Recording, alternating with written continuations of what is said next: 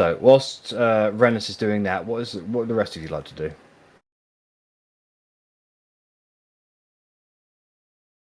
Sure, I've spent much time in Brine, to be honest. Well, it's a bit of the community hub within the Brinelands, and the Brinelands is the largest territory in Windward, considered mainly farmlands. It's the place that pretty much feeds the country, really. Because the Brinelands are so large, they're made up of individual councillors, like large landowners, like people who can call on bannermen to sort of serve them, really. And the top dogs of these people come together in the council chambers, and they are the councillors, like Councilman Half-Tray, Councilwoman Beatrice. They were the top dogs of all the landowners and the influential people within the Brinelands. Brine itself is an independent sort of large town. It's basically just the place where they agreed that we're all going to come together and talk about the stuff in the Brinelands, but it itself operates in a separate entity from them, and that's where Mayor Rachel Clearwater's jurisdiction.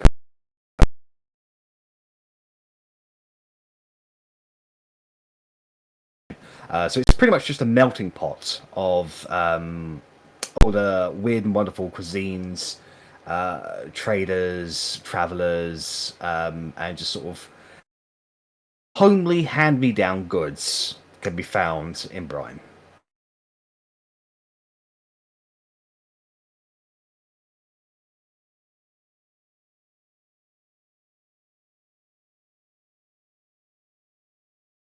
So, well, what are you guys up to?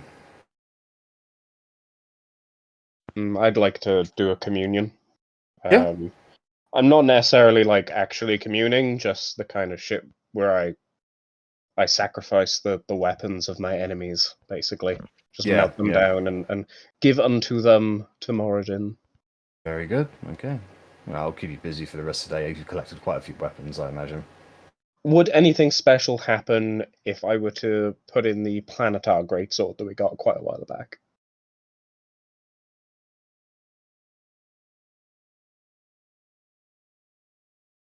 No, because it wasn't Moradin's Planetar. Okay. So he would just be like, "Oh, fancy fucker, are we?" Oh, it'll be more like that's interesting, sort of Well, thing. that's new. Fair enough. Yeah, didn't expect that today. I think that there's two things that I'd like to do. The one that's specific to Brian is that I'd probably want to go and see Wade again. Yeah. And basically I want to have a bit of a meltdown at him. Because Okay. I just suck someone's soul out, right? Like I was All right. playing it cool, but it's bad. And then the other thing I wanted to do was discuss with the team about the books of skills that we obtained and see if there was a way I could negotiate to get one of them, and then like learn from that, which takes a couple of days, right? Yeah, that's right. 48 7 hours. days. Yeah, but you got to do it within 7 days.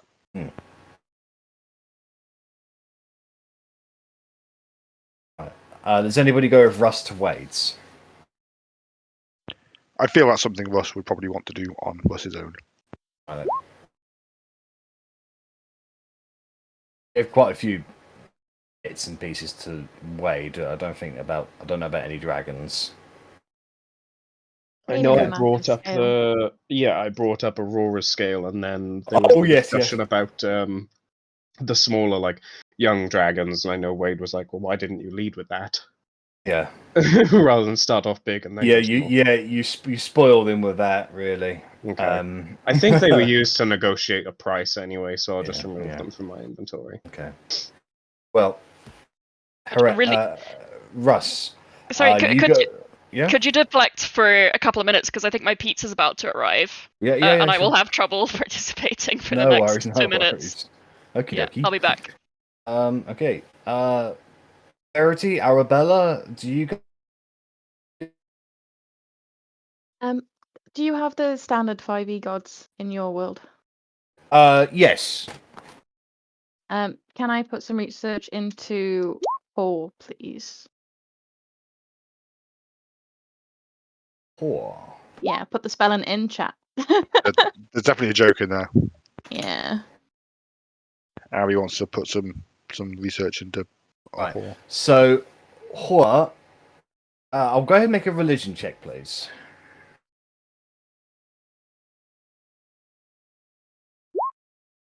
All right.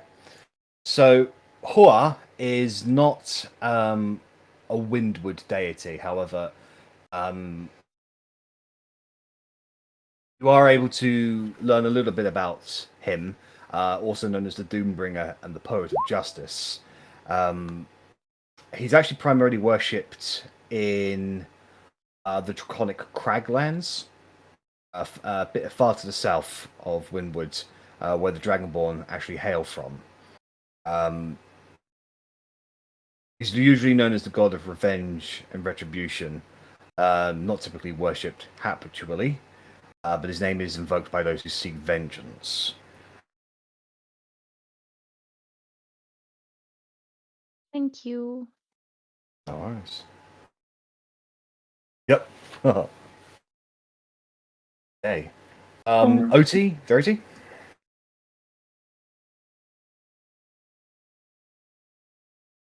I was just gonna go to Korgrin at one point and be like, by the way, when we were in that dungeon. Jeez, well, you're.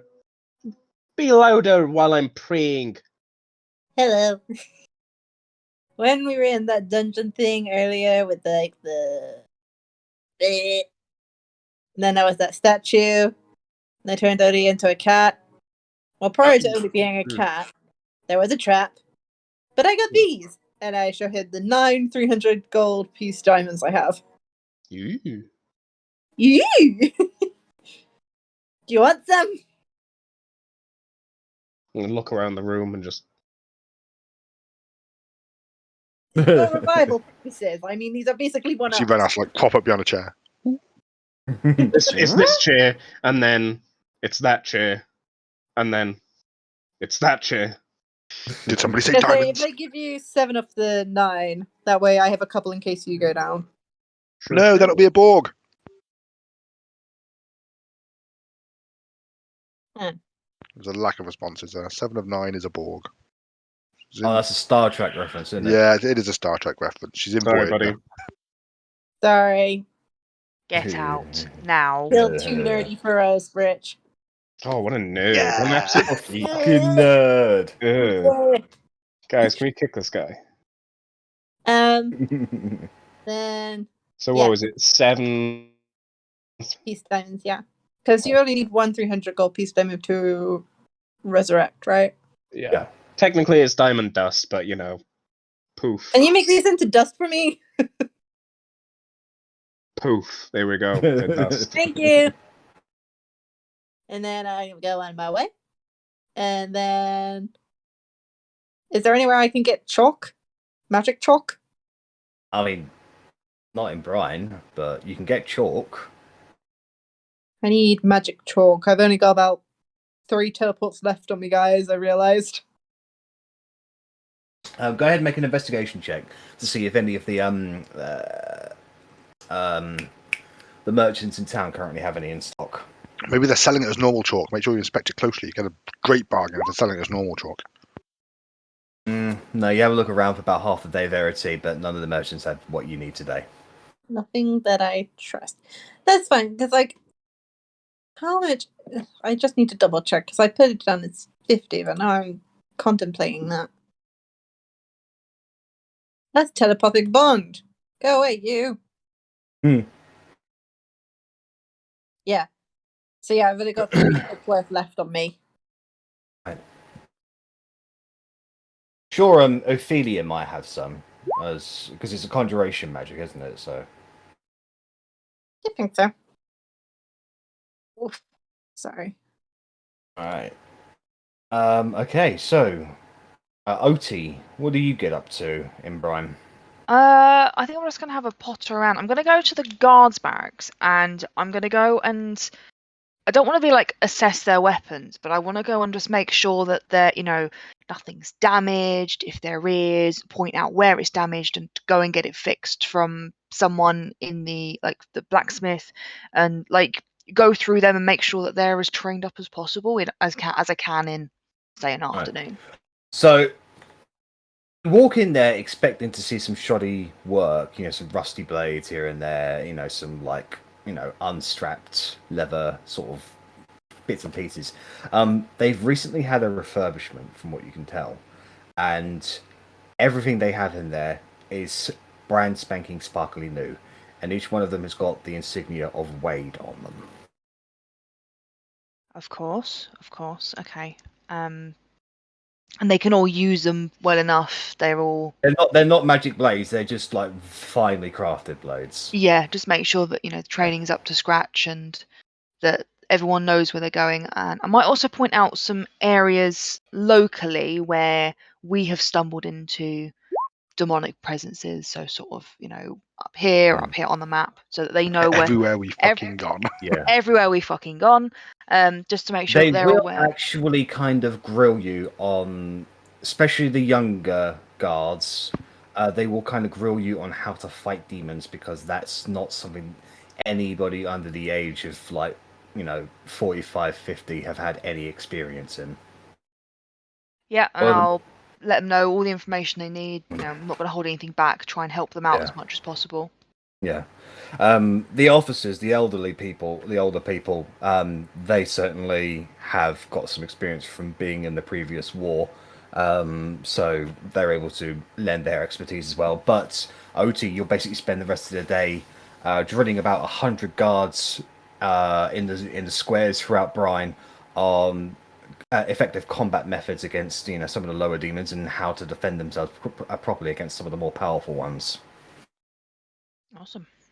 Lovely.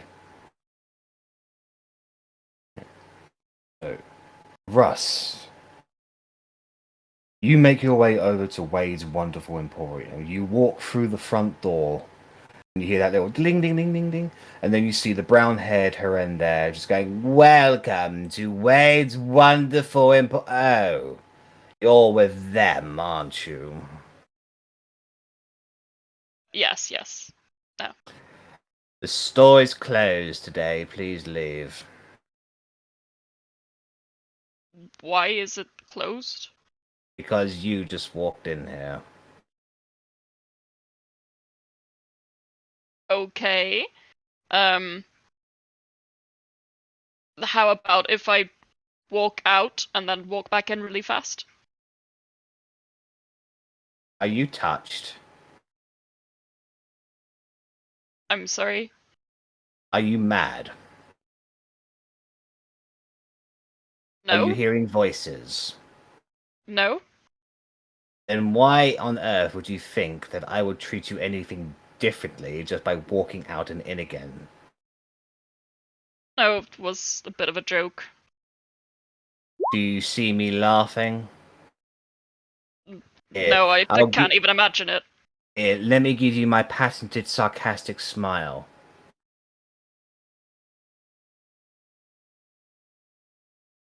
Could I try to send a message to Wade, like using the cantrip message? Yeah. I'll try and I don't know how it works exactly. I haven't read it, but I'll try and call out for him. I know that I'm aiming for him. What do you say? I'll be like, "Hi, Wade. It's Russ. I've had more difficulties with the thing we discussed, and Heren is closing the store, apparently. Are you there?" Very quickly you get a message back into your mind, says, "Oh, Russ, I'll be right there." Probably about 5 seconds later, the back door boots open, and you see the wonderfully muscular, bald-headed, well-groomed, manicured Wade standing there. Her immediately turns to her and says, "Wade, please, orders." "Then, Russ has called me." Russ, you're having some problems. Do tell me. Would you like a cup of tea? Do you want to talk all about it? Yes, please. And could it maybe be without Heren? He scares me a little. But if not, it's fine. He can be there. Why don't you come to the back? No, no one's allowed in the back. Ren, it's my shot. It's my back, and I'll put whatever I want in it. Zach, don't stop. I saw your face, and I almost did. Nobody said a word. Look at Zach's face, thinking the words. Ren looks dejected. I'd be dejected too if my husband said that to me.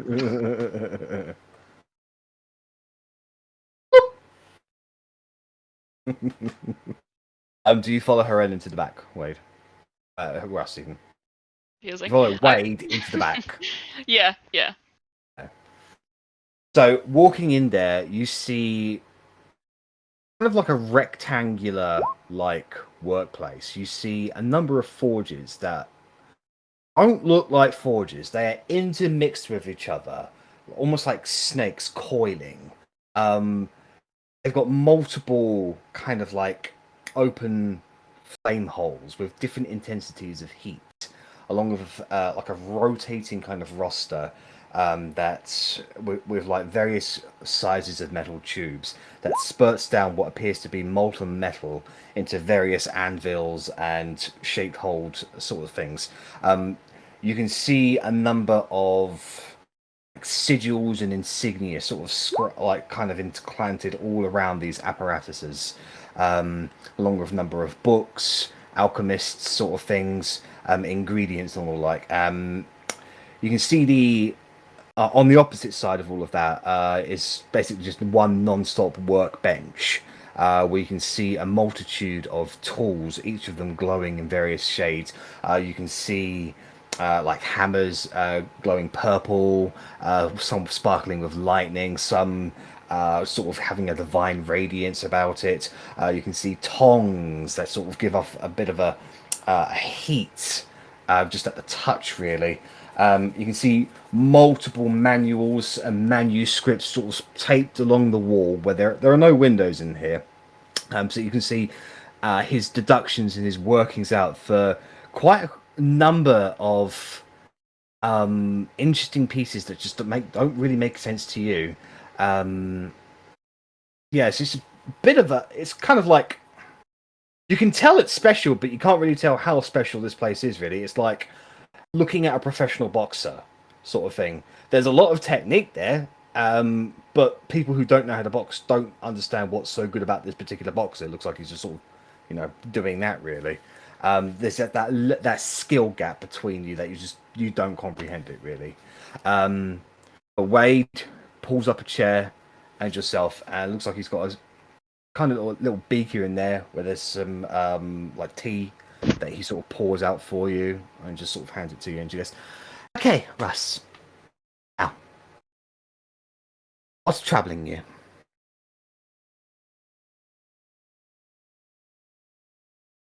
So we've agreed.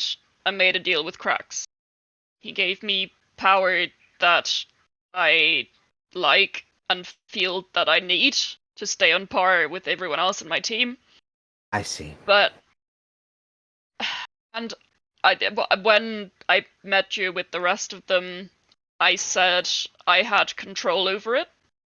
Yes. That's not entirely true. There have been a couple of moments where I've come very close to doing something I'd regret, and there are moments where I have done something I'd regret. Like when, to be in good faith, like I resisted it and I refused to kill someone in the August Monastery, and that ended up serving as well, but then Craxamius made me kill an innocent instead, and I did. And just the battle the other day, well, you see, I was pinning down this strategist Darlington who had been problematic to us, and he had turned into a demon, and obviously we wanted him dead, and there was no other way. Of course. But I bent down towards him, and I seemed to have sucked the soul right out of his body, which wasn't something that I planned to do, and I'm just worried I've got in a bit too deep with this. But at the same time, I don't want to lose what I'm capable of doing, and I see. I can't say that I never went so far as to suck somebody's soul out in the manner which you described.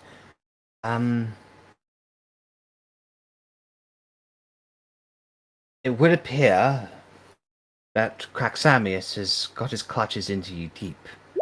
As deep as he can get them. Feels... And if you resist, you'll suffer for it. Don't get me wrong. I'm sure there will be pain, and I'm sure there will be strife.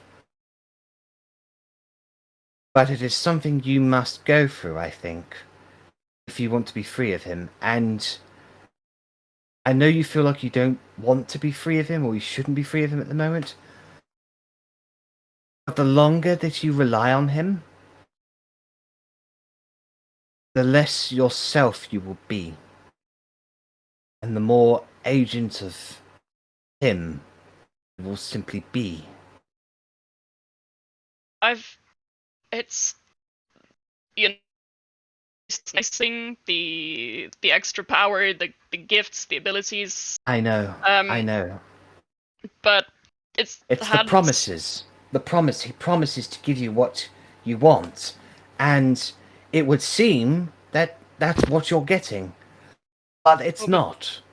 The other guardians, we've had encounters with various, not quite deities, but other mystical beings, and they've simply refused to interact with me, just because they could tell. And if I'm putting... does not have the greatest reputation in the multiverse, unfortunately. No. For the longest time, well, the last maybe 6 months or so, I've not wanted to lose any of this power, but I really don't want to risk harming the other guardians, or worse. Like, I don't know what's to come in this battle, but I don't want to be dangerous or a problem. There is one thing that I can think of, an old legend, that might help you. I mean, if anyone might be able to discover whether or not this legend could work or could help, it would be you, I suspect. You and your friends. Have you ever heard of the name Yggdrasil?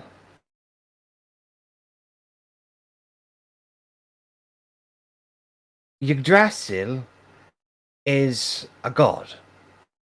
But he's different from other gods in that he is more of a state of being than an actual physical entity. He is connected to all other realms, kind of like a messenger or a tree, a world tree. If you could find Drasil, then perhaps you can find answers on how to either settle things with Craxamius or be free of him.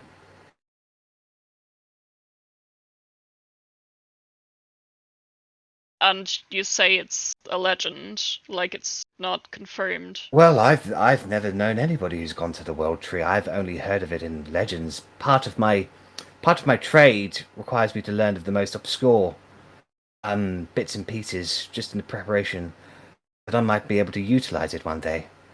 It also sparks of creativity, of course. But the World Tree, apparently it's well, it's just connected to everything. So if it's connected to everything, then I would suspect that it would be connected to either your damnation or your salvation.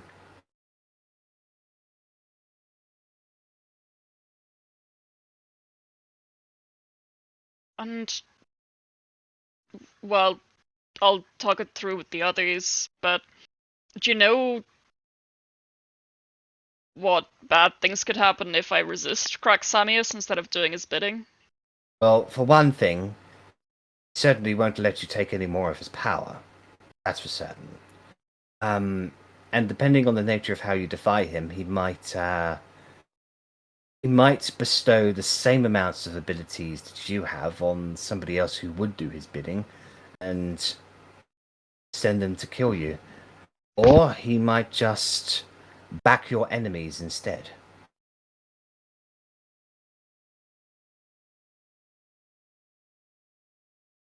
The power he's taught you, you can't forget that. That's knowledge that you have acquired. But that's also knowledge he can teach to somebody else. Just be aware of that.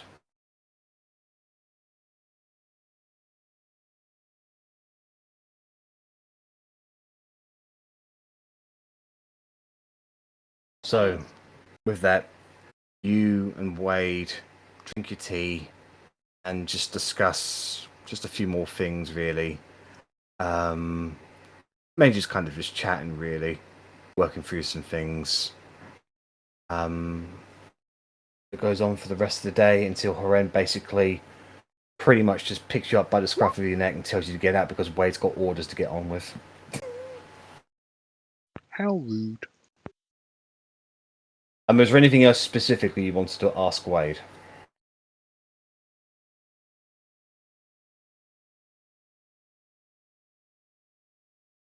Okay. So, before you do leave, however, Wade will give you the 2 ordered items that he's completed to give to the party. Yep. So when Russ returns with the group, he's carrying a shield that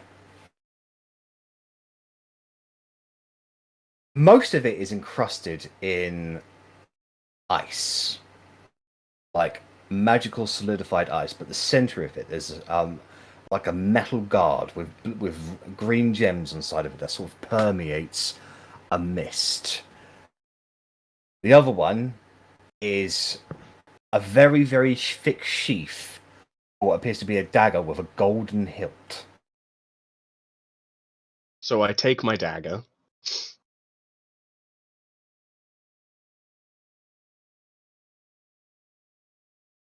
I'll put Wade's Purple Death in your inventory, Korgrin. I mean, you're expecting me to complain, but I don't actually know anything about this dagger. No, I know, exactly. So I'm taking my dagger.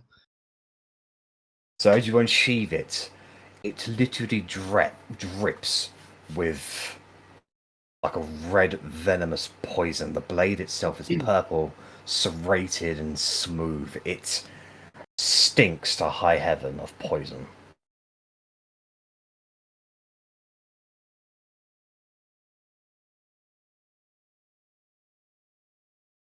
And who's having the shield? I think it was me. I think it was Arri. Mm-hmm. Alright. So I shall put Wade's hunting defense in your inventory. I wouldn't have thought fences were very quick and difficult to hunt, really. They're pretty much stationary. Defense. I know, I was just being a I dick. slapped him, it's fine.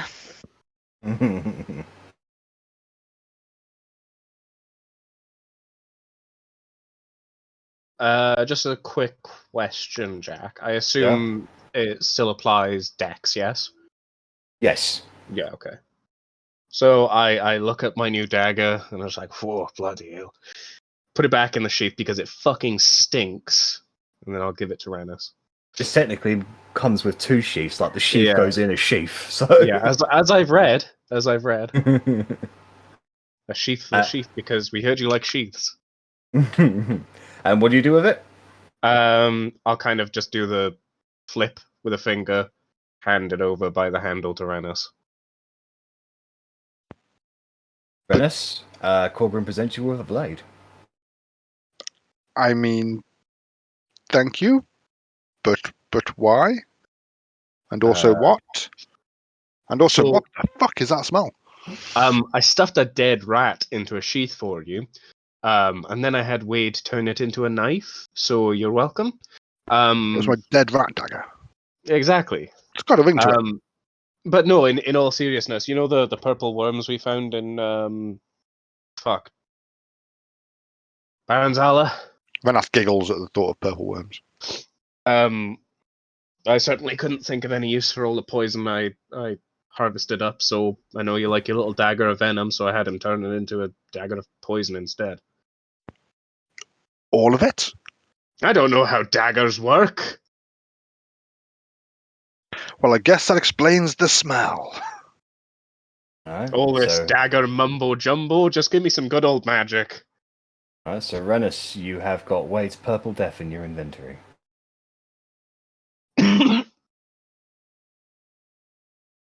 I'm just reading it now.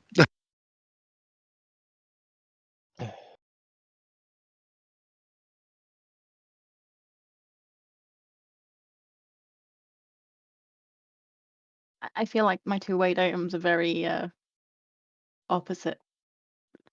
I've got one that, sets me on fire, and the other one that freezes everything. Guess you could say it's a song of ice and fire. Mm. Or is it fire and ice? Can't remember. I attach my new little dagger to my belt because I don't think it's going to go in my little knife jacket very well. No. There's no room for sheath in that, and I feel I want the sheath on this. Yes, you Don't want do. to accidentally cut myself.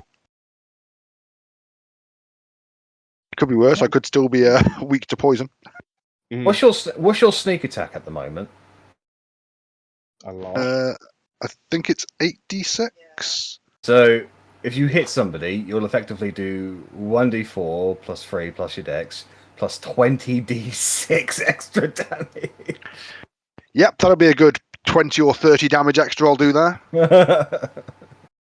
Somehow you'll manage to do negative. It'll be like 19.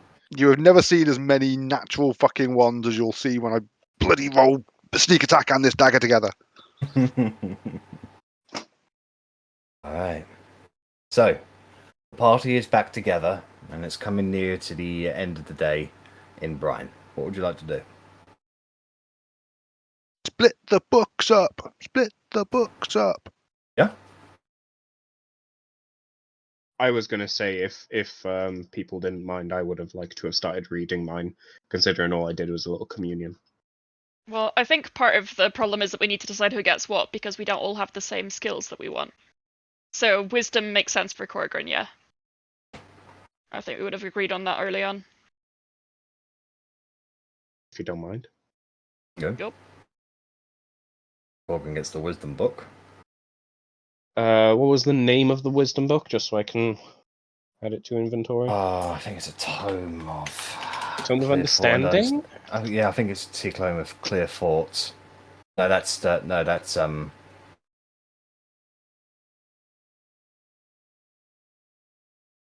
Tome of Understanding, yeah.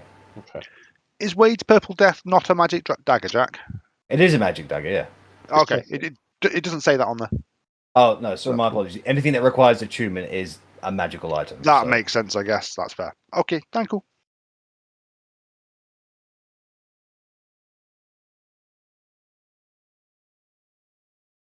And just out of curiosity, how many hours do you think I would have been able to do today of reading? Today?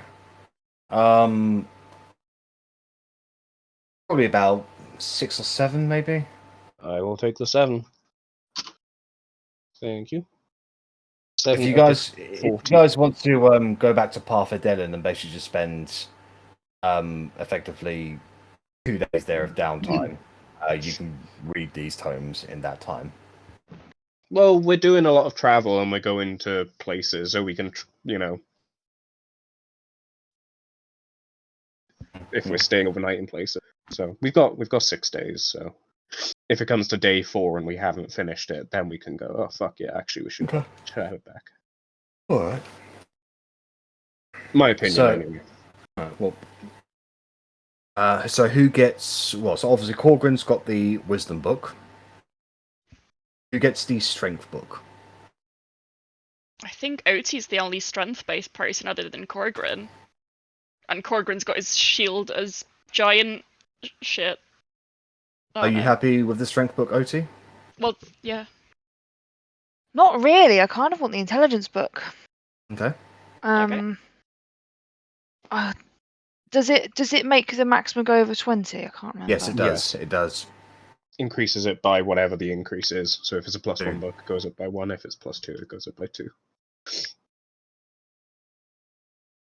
No, I'll take the strength book for now. Okay. You're right to have 2 if you want. I'm trying to think who, like, Verity, you've been trying to get your intelligence up, haven't you? But I know you've also been doing that in kind of downtime. So would you want to finish the downtime thing and still want the book? Or would you just want the book? Or just finish your downtime? I've only got, like, what? 9 long rests left worth of study for that, so I might as well just finish those. Not really.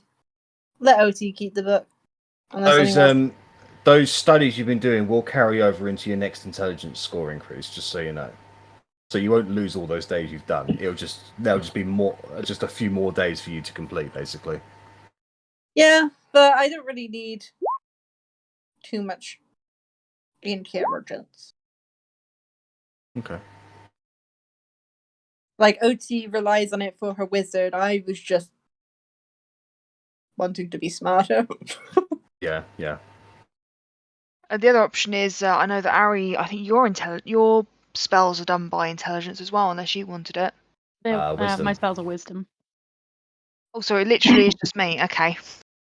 Yeah, I've got 1 wizard spell, and that's through a feat that Jack. You're a gave me, wizard, so- Harry. I'll take it if no one else wants it, but I don't want to, I want it to be the option there in case anyone does want to increase their intelligence, so. I'm quite happy being dumb.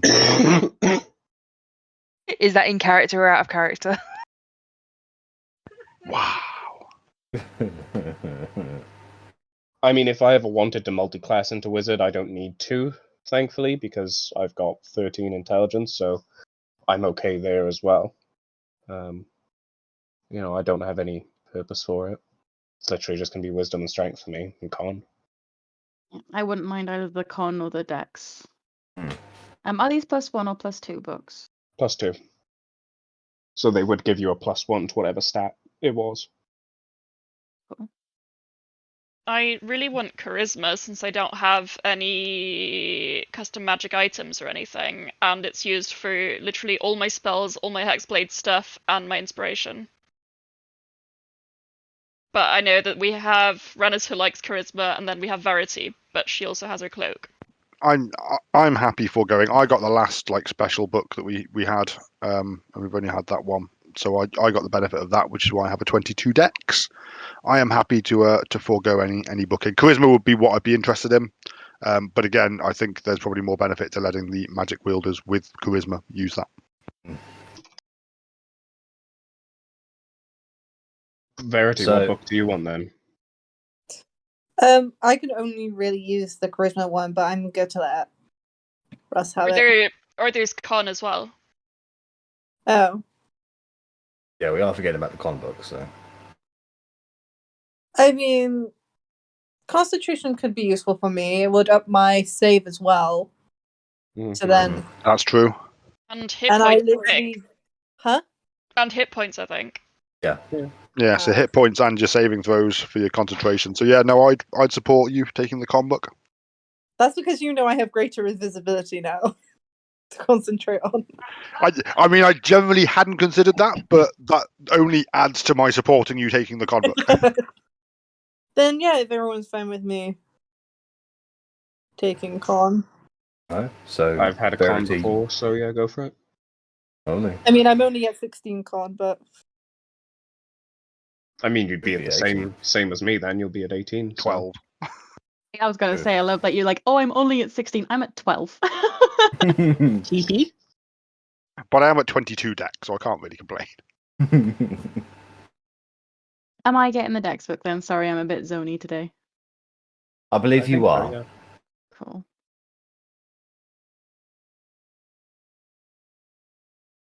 All right, so Korgrin gets wisdom.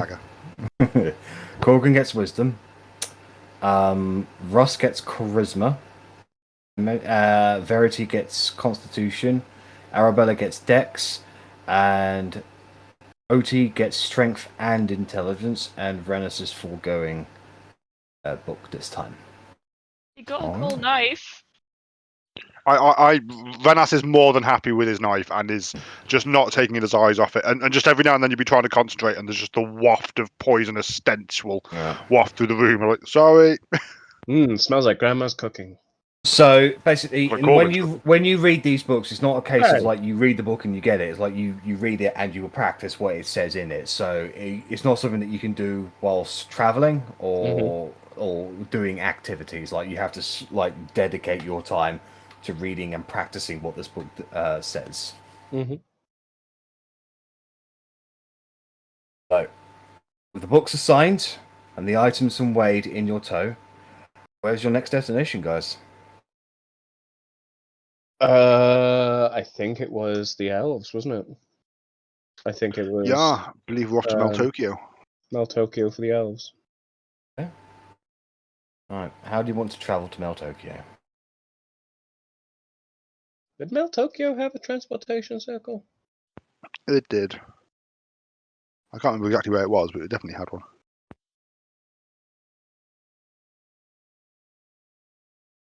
I don't have it written down in my list. Do you not? Oh, crap.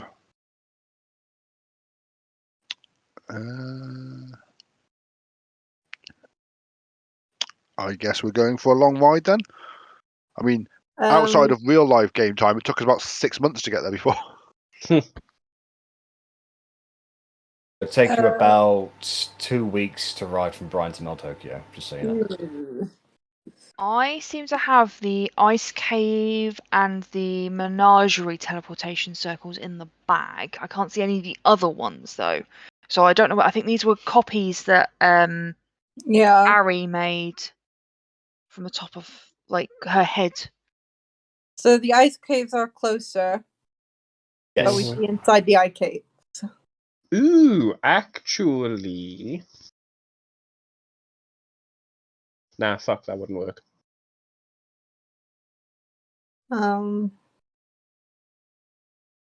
Actually, when we were in Baronzala, Jack. Yeah.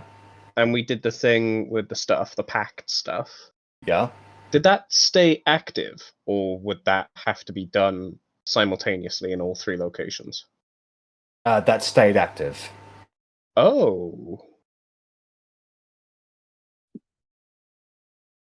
Interesting.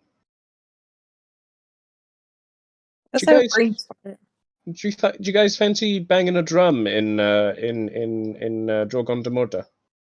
You're gonna say something else, like banging a dragon. When I say active, as in the drum of Baronzala has been called. Yes. So I mean, that's happened. Now it really depends whether or not the drums of Fididurz and Drogon de Murda ring as well.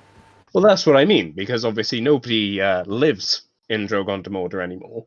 No. And if we're passing through... We can stop off to bang a drum. Though this may not have been in Jack's prep. Don't worry about my prep, guys. I'll moan and I'll bitch and I'll moan, but it's okay. Don't worry. It's fine. You bitch and moan, we'll ignore you. It's fine. It's fine because he can just say that Philly Durson hasn't banged their drum yet, and then he's got time to sort that out. Then, yeah, do we want to bang a drum if we're going there? Saves another detour at another point. Is there any chance anyone's going to be guarding the drum? I really want to test this tag out. I don't know. I'm still just looking at it, just like eyes wide. If I'm being completely honest, I don't even remember seeing one while we were there, but maybe I'm wrong. Because you weren't looking for one. Because I wasn't looking for one, I think. You know, when you think like yellow car, all you see is yellow cars. And then, you know, you're thinking about blue cars, all you see is blue cars. If I'm thinking about a drum, all I'm going to see is drums.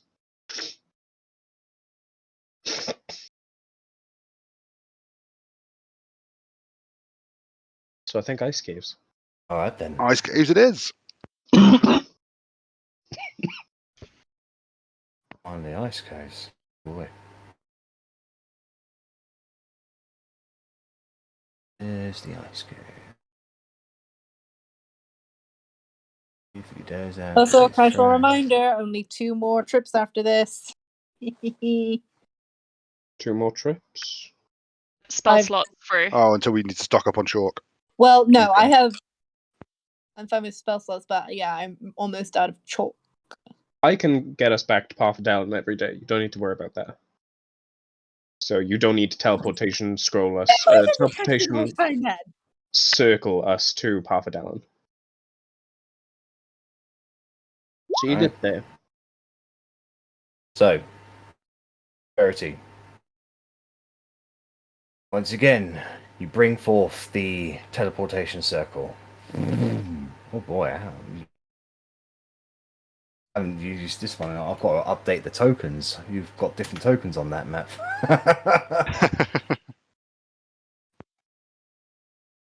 Elle was there as well. Okay. Do-do-do-do-do-do-do-do.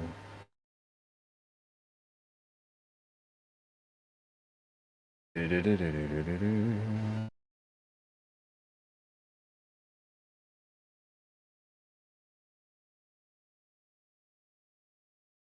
Verity. Okay. Alright, so once again you feel that sensation wash over your body of being squeezed through a tube, and just before you sort of suffer that moment of like asphyxiation, you land on solid ground. However, you are immediately quite cold as you take in a deep breath of very, very cold air as you look around you to find yourself in the ruins of Drogon the Mordor, where the ice caves are at their peak, their zenith of just pure ice.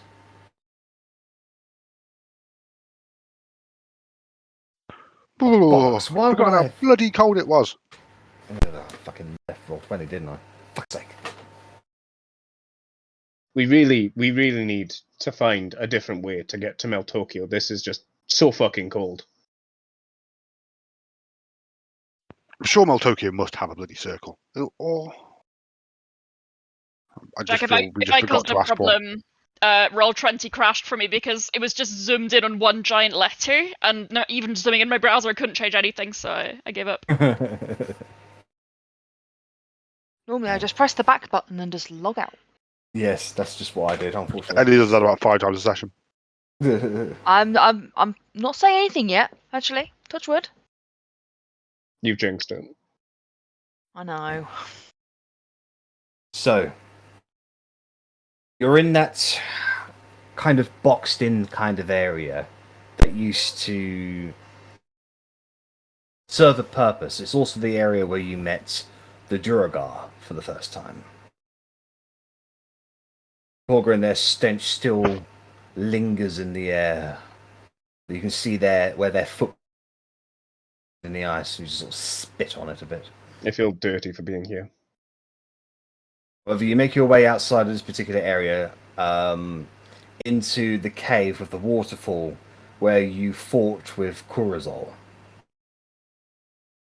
You make your way southwards a little bit, and sort of come around onto yourself into the large, now open double doors that is the sort of the manor of Drogon the Mordor.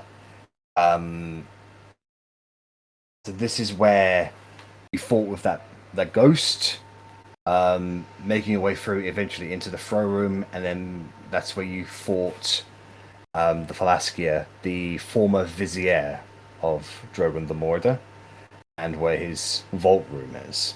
Now, is this the area that you want to investigate, or do you want to go to another part of the ice caves with another section of Drogon the Mordor? Throne room seems like a sensible place to at least start.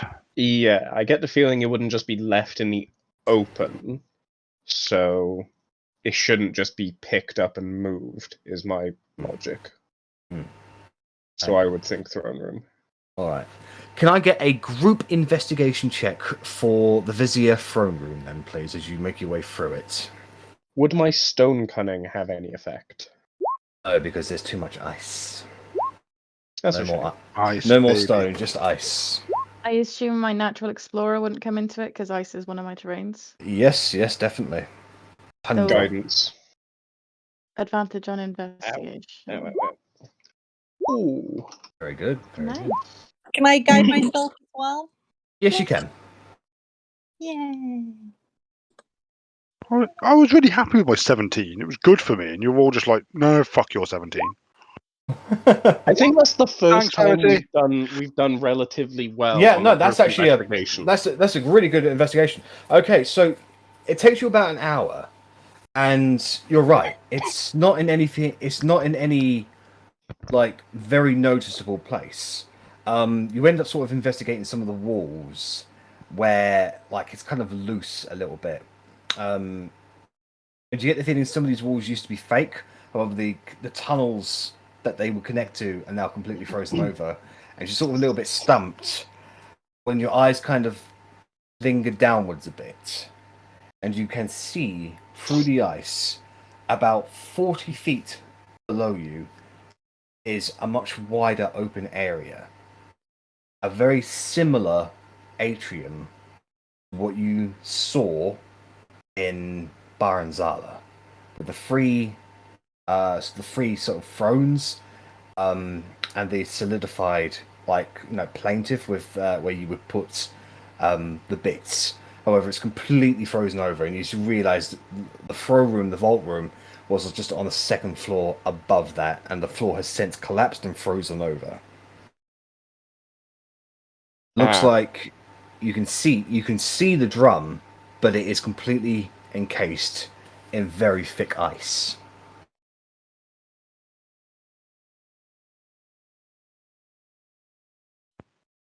Well, shit.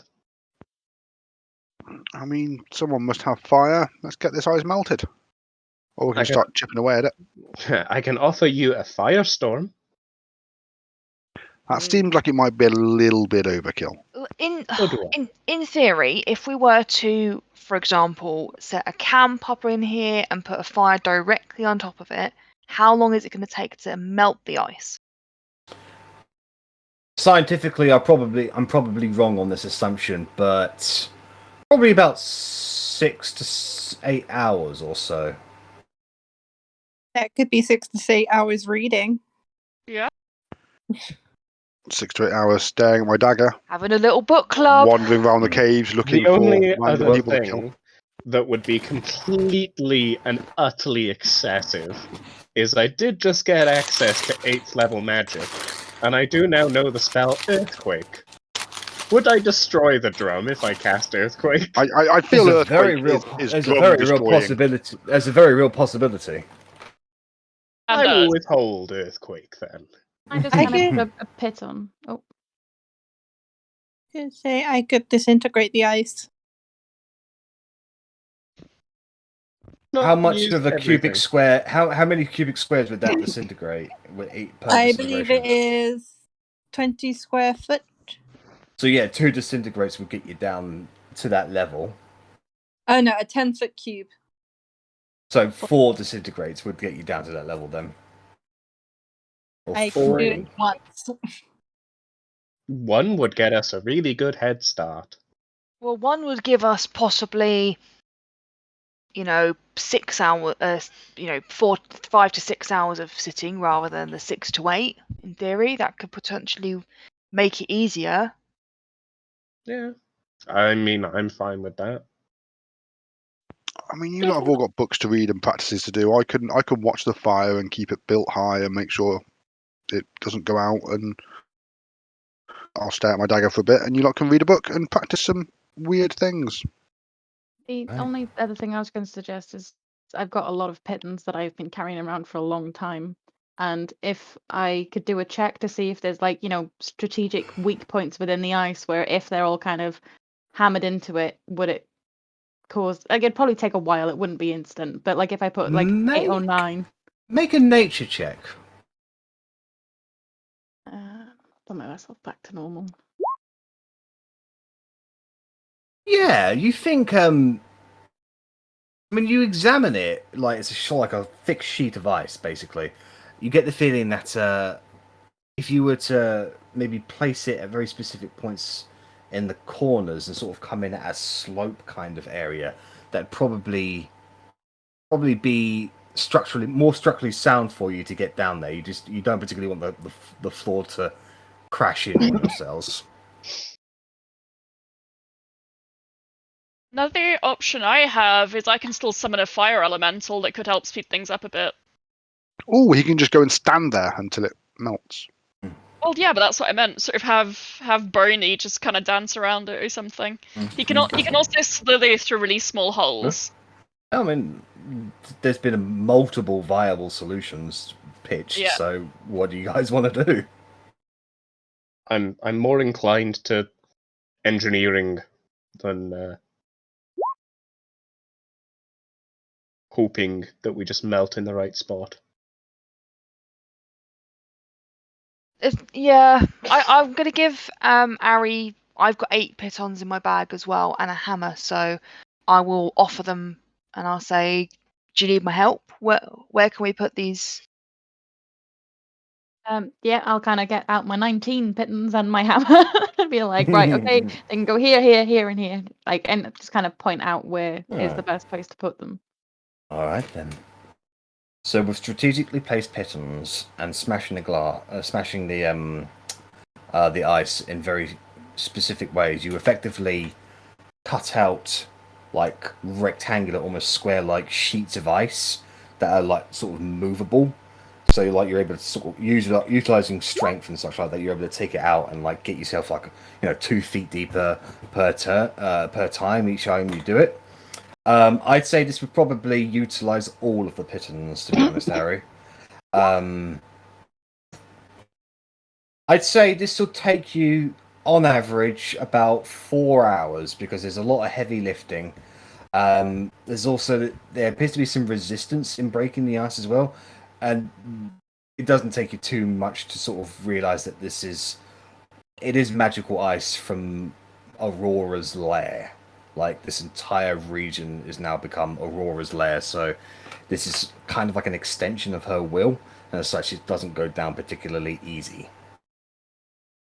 However, after that 4 to 5 hours of hard work, teamwork, you guys have been able to create kind of like a layered like chute downwards with the pitons in place that you can sort of utilize to climb back upwards again, and there's no threat of the ice like floor collapsing in on itself, like it's structurally sound to the sides all the way down into the wide open area.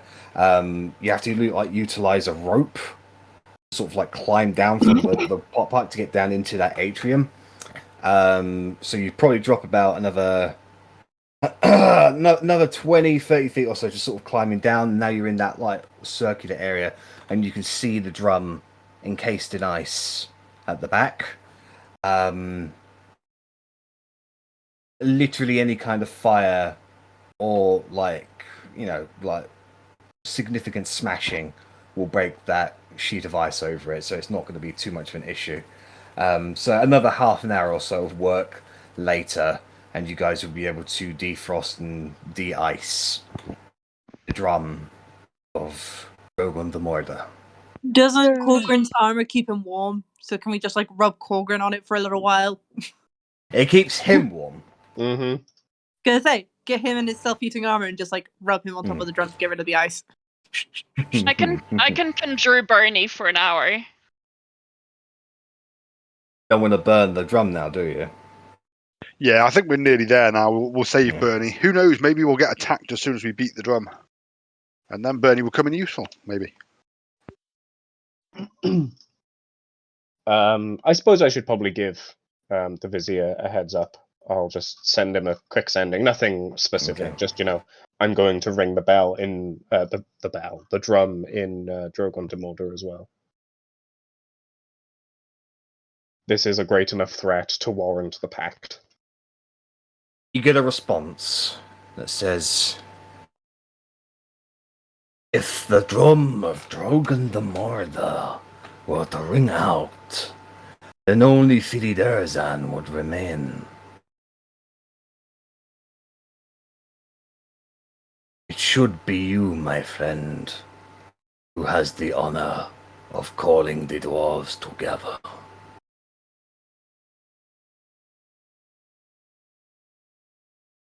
I won't respond, but I don't know. I want to just kind of acknowledge that. Like, I don't want to leave him on red, but I feel like I don't need to say, okay, thanks. What a great privilege. Just, a kind of mental acknowledgement comes back to him, I suppose.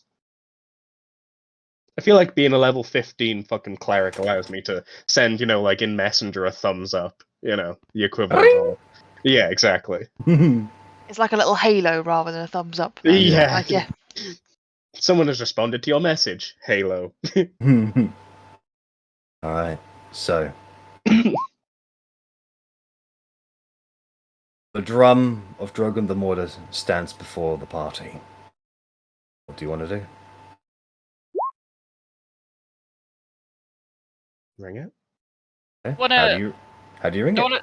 I want to slap Korgrin on the shoulder and give him a look full of pride, and I want to inspire him just for that look. Kind of a very sort of like prideful nod, like, you go, little dwarf, kind of. Not, Alright. How do you bang the drum, Korgrin?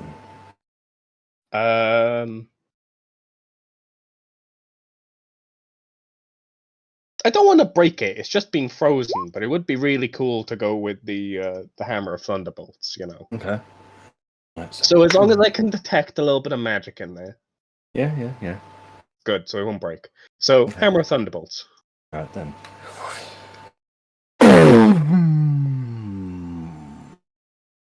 The room vibrates, and you can see dwarvic arcane runes light up from the drum around the room, rising upwards, spiraling, and then eventually it all goes back to being dim and frozen. Korgrin, this drum, this ring, not only did you hear it with your ears, you also heard it with your mind. There was a calling to you.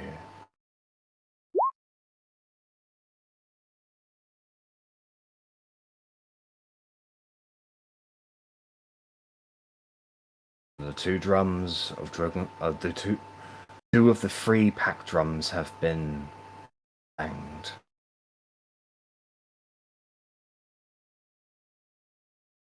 Curiosity, what does the calling kind of feel / sound like?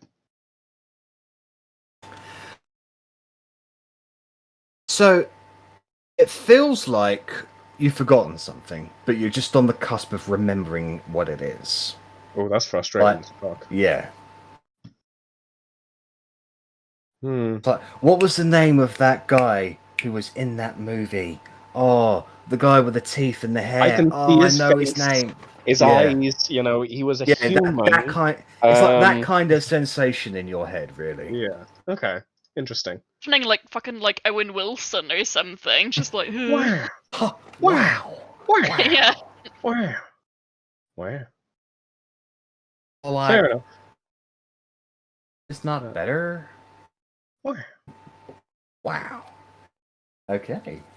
Nothing appears to be coming to attack you.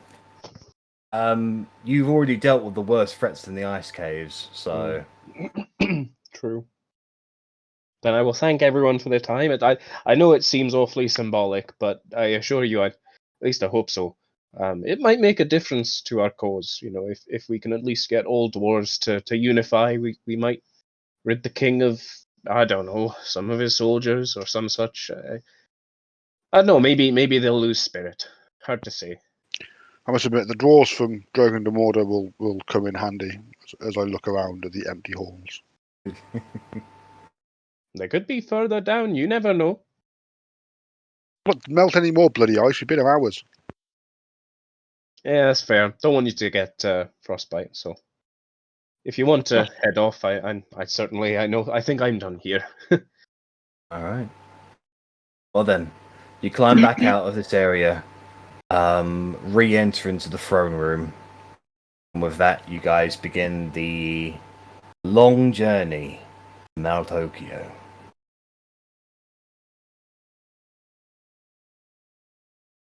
About a day or so later, you guys can get out of the ice caves. You find yourself in the place where you had that battle previously. The bodies of the enemy still scatter around, like frozen and like they're in stages of like slow decay because they are literally frozen underneath the snow.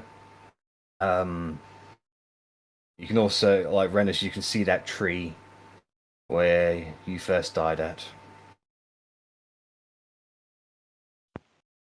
Frozen Sad times. without leaves. And with that, you guys continue making your way south. Luckily, the unicorn that made us trust fucking Talion was there to save me.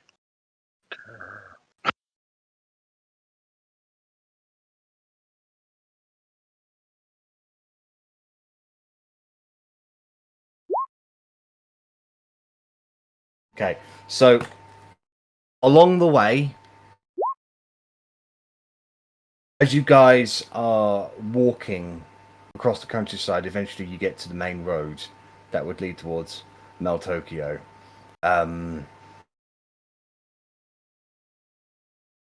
you're going through a relatively like lightly forested part or so, and just sort of minding your own business, an orc steps out from behind one of the trees in front of you, brandishing a large black axe. He sort of puts it over his shoulder and just goes,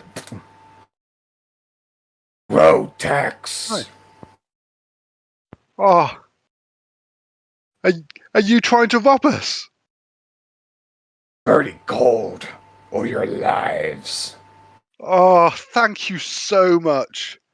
You see, I know this sounds a bit weird. I'm sure people don't normally respond this way, but I just got this nice shiny dagger and I just pull it out. And I've been looking for someone to test it out on. Make an intimidation check. Please don't be intimidated. I want to test out my dagger. Shouldn't be so bloody good at group intimidation then.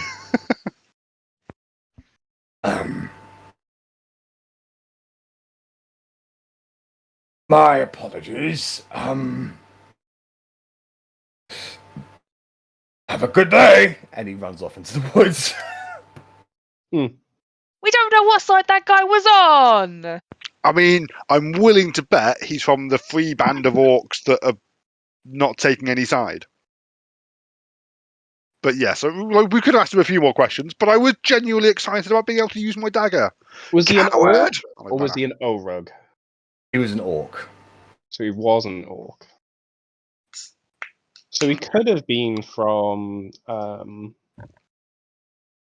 the Goblinoid Alliance. Yeah, the maybe. hobgoblins. There are no Didn't orcs in the Goblinoid Alliance. When they? Oh, No, they were bugbears, hobgoblins, and goblins. oh, fair enough. Didn't we send Otti's orc friends up this way at some point with the eternal flame thingy? They've been back at thing for ages. They're in Parfadellen at the moment. Yeah. I asked them questions about the thank you, the Orogs. But I don't think I sent them out in the end. I don't think they wanted to go. So I think there was a conversation about them possibly going out, but I don't think they did. So yeah, there's a random orc we've just found that doesn't have a side, apart from probably the guilds. Maybe either way, I'm just sad I didn't get to test out mine. Maybe we'll get mugged again. Yeah. And I stroll off down the path looking happier. Okay. Right. Okay, so the rest of your journey is uneventful. And not but 2 days later, you find yourself on the outskirts of Mel Tokyo.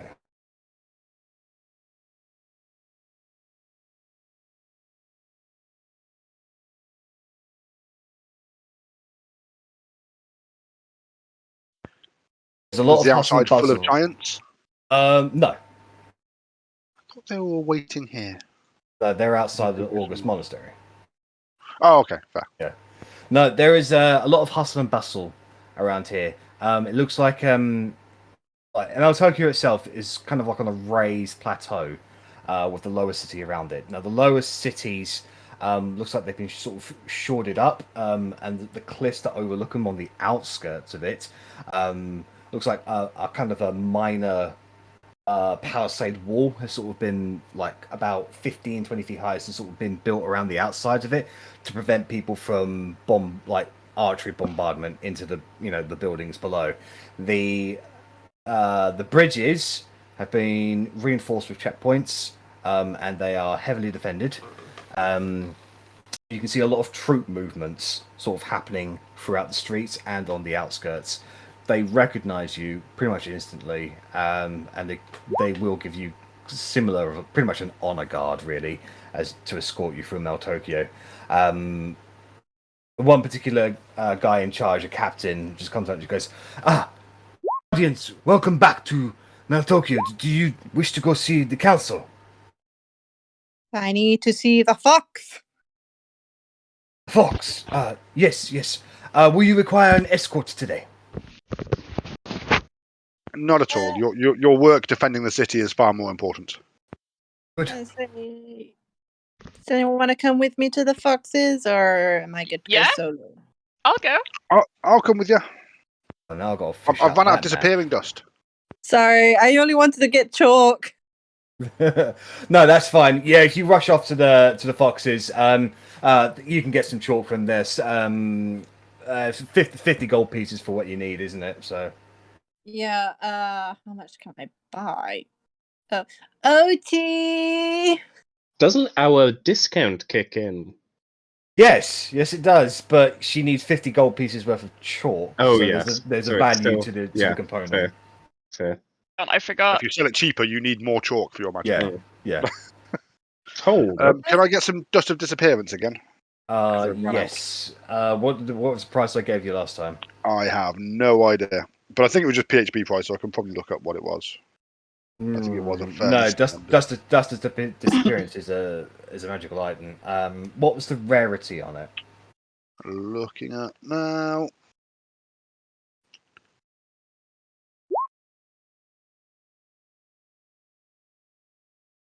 It's uncommon.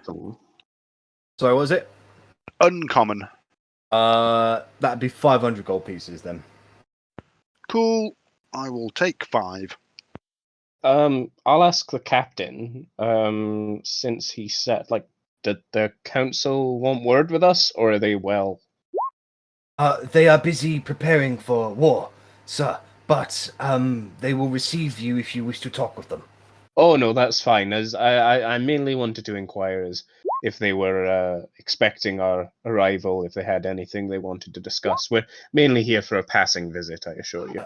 No, we are still preparing too much. Understandable. Yes, the men are still being called up from the lower lands and from the forests as well.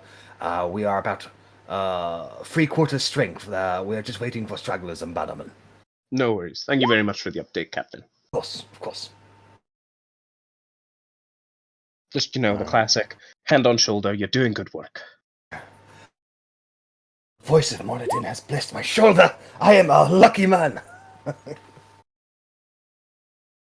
All right. So, you guys quickly rush off to the Calming Winds of War District to go find the Fox's Cunning. Acquire the items that you need from there from the 3 proprietors inside there, who are still a little bit salty that you guys got the riddle. Extremely hard riddle that was impossible for anyone to get. Except that it was so We didn't get it. obviously easy. Do they have any healing potions? Yes, they do. The main stock has been kind of taken for the army. They have got 5 in stock for personal use to sell, basically. Okay, how much are they? 50 gold pieces each. Common. Okay, I'll take all 5 of them. All right. Is that with the 250 gold. discount? With the discount, you get a 225. It was a 10% discount. yeah. I thought it was 20 for some reason. I have no idea. I'm thinking it was 25, to be honest.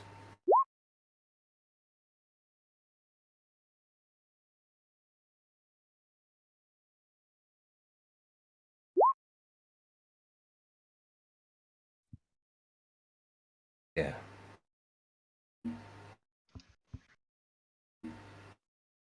Okay.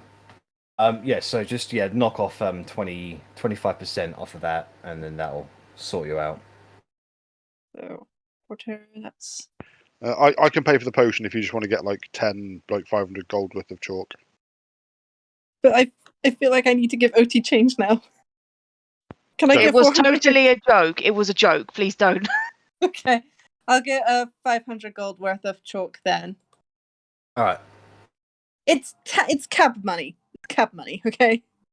What about Rasputin's pickled penis? Do we know if they have a reliquary? I can't say the Reliquary. word. That thing worth 1,000 gold piece. Reliquary. Yeah. There we go. Okay. I've Right, been so with that shopping done, where do you guys go? Do they not have Rasputin's pickled penis? Worth 1,000 gold penises? 1,000 No. gold penises. My God. Wow. Wait, so what is it? A sacred relic? Yeah. No, unfortunately, they would not have this. That's more of, you'd have to start kind of go for a church for something like that. Can that be a components pouch thing? Like, you don't need to consume it, right? But it has a monetary value, so it's like... Yeah. What spell is that Raw, for, anyway? Very, very strange. Holy Aura.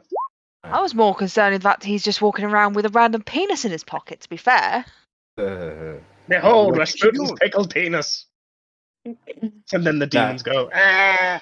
My Best place to go for that would probably be a church. The Church of Moradin in Philidurzen would probably have something like that. I've got connections. Don't worry. I'll sort it out when we go home. Okay, are we going back up? Was it in the August monastery in the Yes. little downstairsy bit with the Sphinx, Yeah. wasn't it? That's where we're going to Yes. All right. So, you begin the trek towards the August Monastery. Along the way, you can see there's a great mix of Meltokian soldiers and August monks that are sort of working in tandem with each other to sort of patrol the road and just exercises and the like. You make your way across a bit of the cross country, and you can see in the distance there is a makeshift kind of little village that has been hastily constructed with dozens upon dozens of gigantic lumbering oaf-like hill giants just sort of walking around, scratching their asses, picking their noses. They're just sort of kind of being in communal. You can see they are under a lot of... They're kind of under heavy watch at the moment by a number of monks. That's just kind of... You can tell they're sticking to the trees or just otherwise just trying to stay hidden, but they're just kind of letting them get on with their own thing, really. The hill giants are there, and they don't seem to be causing any trouble at all. So,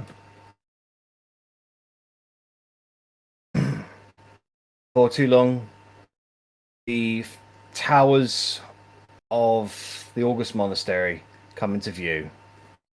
Almost fully repaired. You can see a little bit of scaffolding on the outskirts of it, with people sort of repairing away. You can see the monks that are there. They are, hard at work, training, doing whatever they need to do. Before too long, you are actually approached by a familiar Kenku, Master Mimic, with his red beads around his thing, his orange tunic.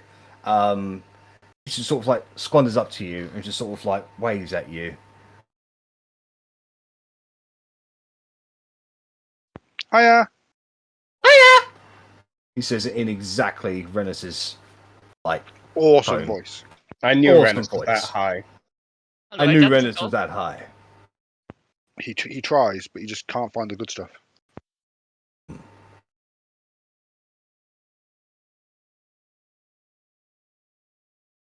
Do you require our assistance, Master Mimic? Do you require our assistance? Ah.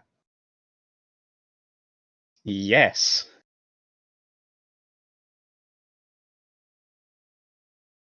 If you could take us to Ashoska, please. Ashoska? If you could I take don't us... know about Ashoska, I don't think. No, I was going to say, I just had a thought, yes. I couldn't remember. Over Could you on take- mountain. Yes. Yes. River or mountain, please. Then river can take us to Ashoska.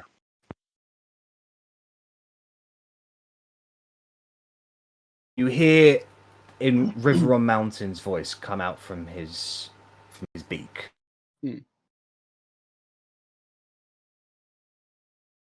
I'll be taking the troops to do practice runs with the armies. I'll be gone for a few days.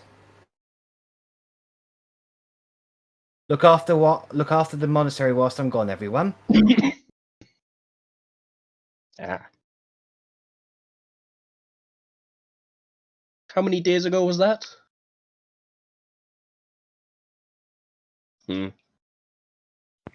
so we're back in a couple of days, probably.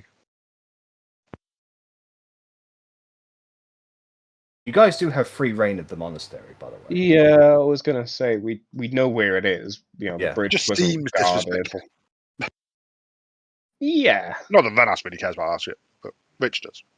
Master Mimic says something in a very customer service kind of tone, like the kind of thing that you see in a shop. It says, "Is there anything I can help you with, sir?" No, I think I think that's it. Thank you very much, Master Mimic. You hear a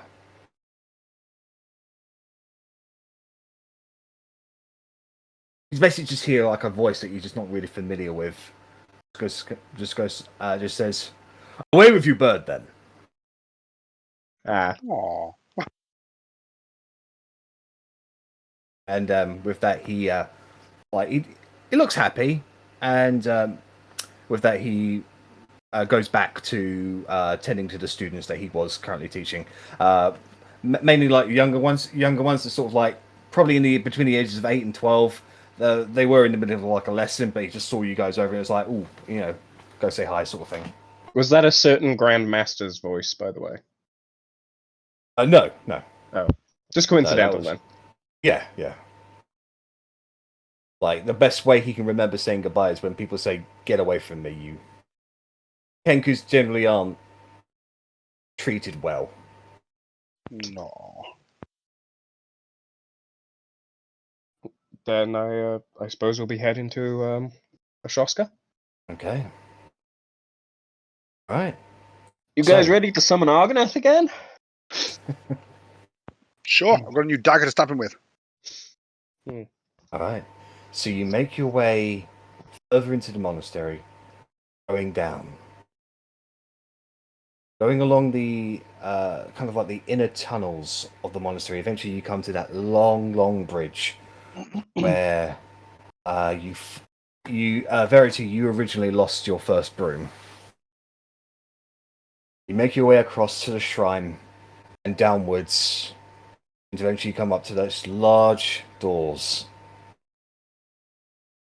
Having already passed the test, when you open them, you are not met with hallucination. You are met with a familiar, completely fixed room and a proud lioness with wings and a headdress sitting patiently, smiling warmly at you as you enter.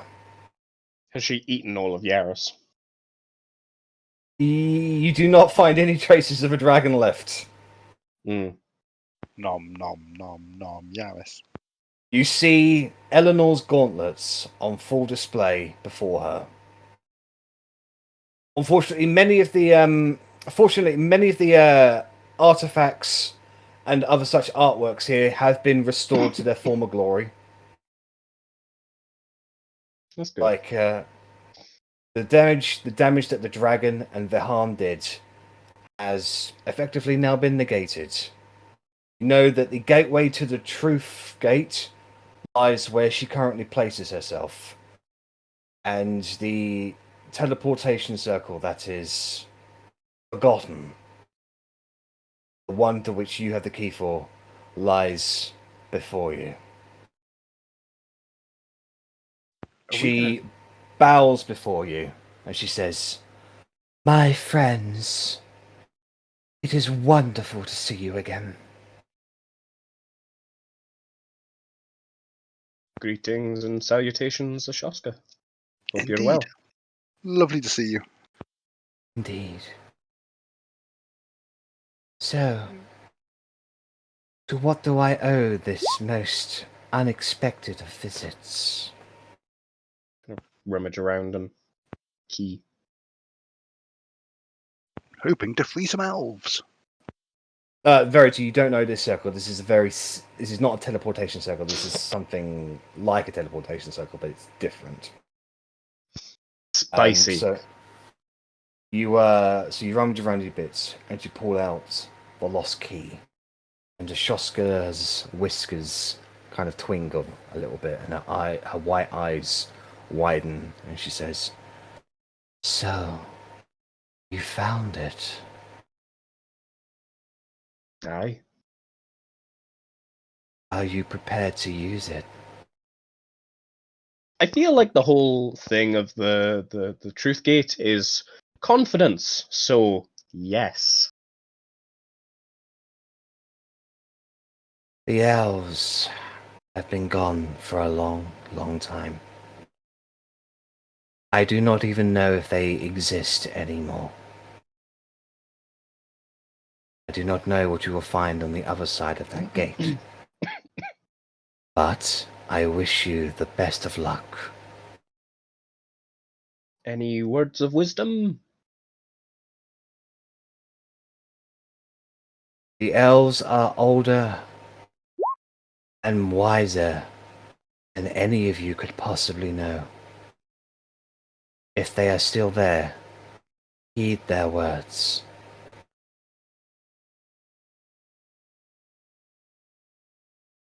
I do not know if they have changed. I do not know anything about them. They were originally cast out from this land after losing a war with the humans. They felt as if they were not welcome in this land, and they had done damage. There was transgressions on both sides, but the elves did start it. Sure, but I suppose it's not the elves right now that are trying to resummon Arganeth. No. So I feel like And greater if- stakes are at play here now. If you bring them news of this, then undoubtedly they will wish to help the cause. But be prepared. The elves originally enslaved humans to prevent Arganeth from rising again. The Truth Gate was used by a human once, and that brought about the first coming of Arganeth. He wished to protect the world, and in so doing, he summoned the greatest calamity the world has ever seen. The elves wished to prevent that from ever happening again, but they did go too far.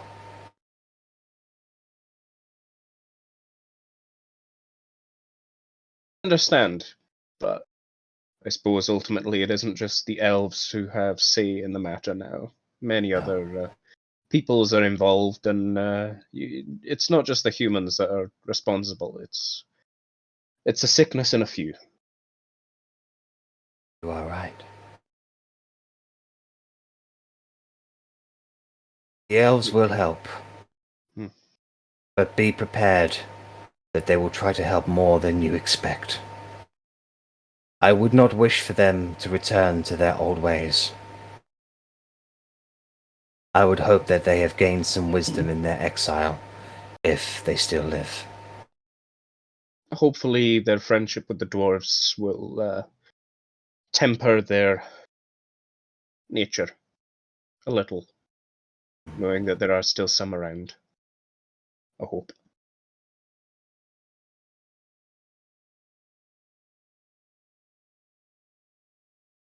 Well then.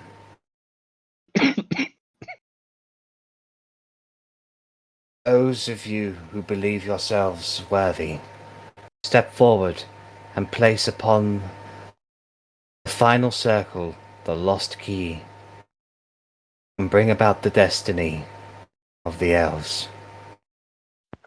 I step forward. Okay.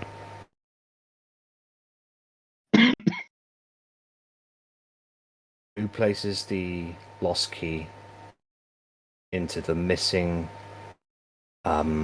sigil of the circle? Well, it's not going to be the human. Mr. Corgi has it, but I am more than happy to stick it in the hole. I'm sure you are. Bah! I mean, maybe I'm the closest. Well, there's two of us half-elves here. And you know what they say about two half-elves? They make a whole elf. And What? something else. Want to do it together? Certainly. That sounds like a lovely thing to do. Could be a bonding moment. Yep. I just eye both of the half-elves. Don't make me regret this. I pocket the key and run off. So I do not pocket the key and run off. So, Rennas and Russ, I ask you this. Your lineage, your elven lineage, how important is that to your characters? It's never been a massive factor. It was just who I am. It was because I never knew my father. In fact, I suppose it's grown the more I've learnt about him. But I still just class it as a factor. It's not a defining factor at all. Me, so my mother was Elven and my father was a human soldier, and while I did go on to be a soldier, I always felt like the Elven side of me is where I got all the magic from. And I think Russ's mother was always kinder to him and kind of felt more connected to her than his human nature, so still identifies quite Elven. Well then, you both experience different emotions when doing this. Rennas, being not that connected to your elven descent, however, learning more about it as your adventure has gone on, it's like... it's a bit strange. As if you're going to meet strangers that you feel like you know a little. Whereas Russ, there's a bit of anxiety within you. The elves, or your elven blood, has always been a source of comfort for you from your elven mother. But the majority of elves are gone. The civilization, gone. Now you are on the cusp. The first person since they left in history to go and find out the fate of them. Do they still exist? Are they gone? The anxiety kind of washes over you to sort of determination. The war is important. This does hold a remarkable significance on your heart. The act of finding the elves. And as you both place down the sigil, the entire circle lights up with a white light that bobs up and down in like a cylinder-like fashion. Shoska bows and says, "The way is open. Good luck." And as you all... hopefully see you soon. I hope so too. As you all step inside one by one, Your eyes are just met with just pure whiteness. You see nothing. It's almost blinding. Disorientating.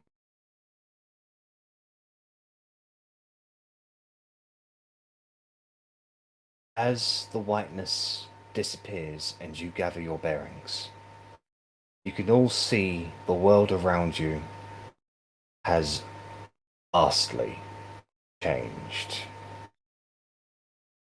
An aurora-laden sky over an unfamiliar bluish purplish hue, with stars twinkling behind it.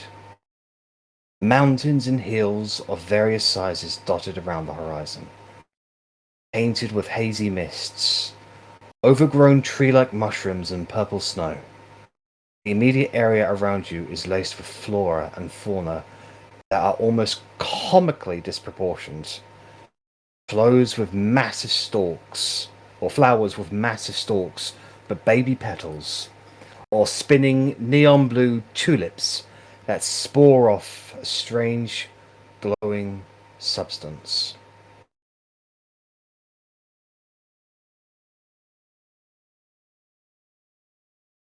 From the mountains you can see rivers of green, red and blue, and a loch with massive proportions where several ethereal translucent tentacles the size of church spires are lazily drifting around, breaking the otherwise still water.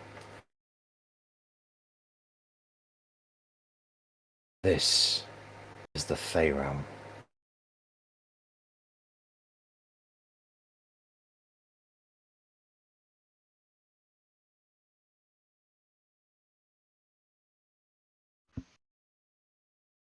It's a bit fucky, isn't it? Certainly not quite what I was expecting. I don't know what I was expecting, but giant trees and pretty skies was not quite it. I was imagining more of like a prison that they were trapped in. I was expecting more signs of civilization at this point. Well, I mean, Less- this is kind of civilization for elves, really, isn't it? I just mean more people, less nature, I think.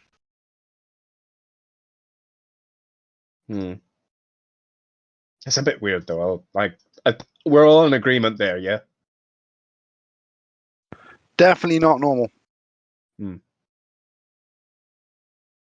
This is probably right up your alley, isn't it, Verity? Really your jam. Verity's trying to catch one of the blue floaty things in her mouth. Huh? Just because it's Sparkles blue out does not of your mean nose.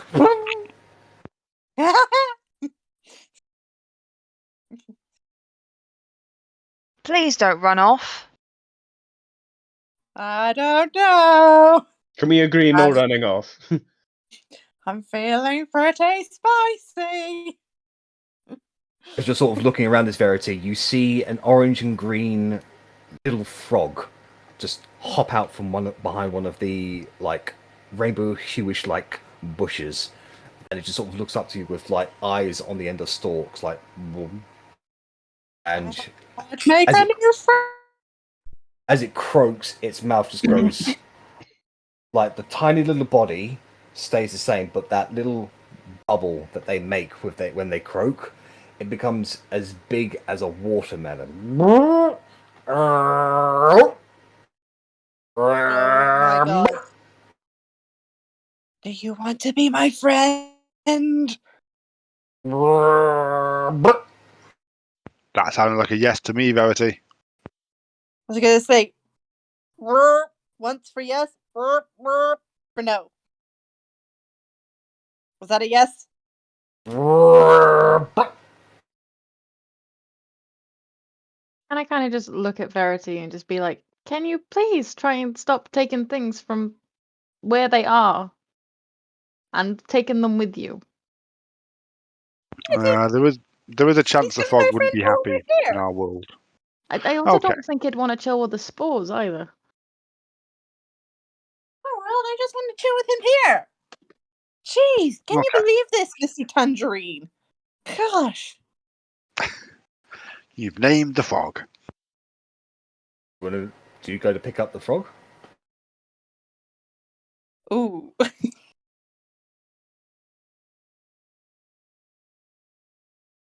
I feel Verity definitely does.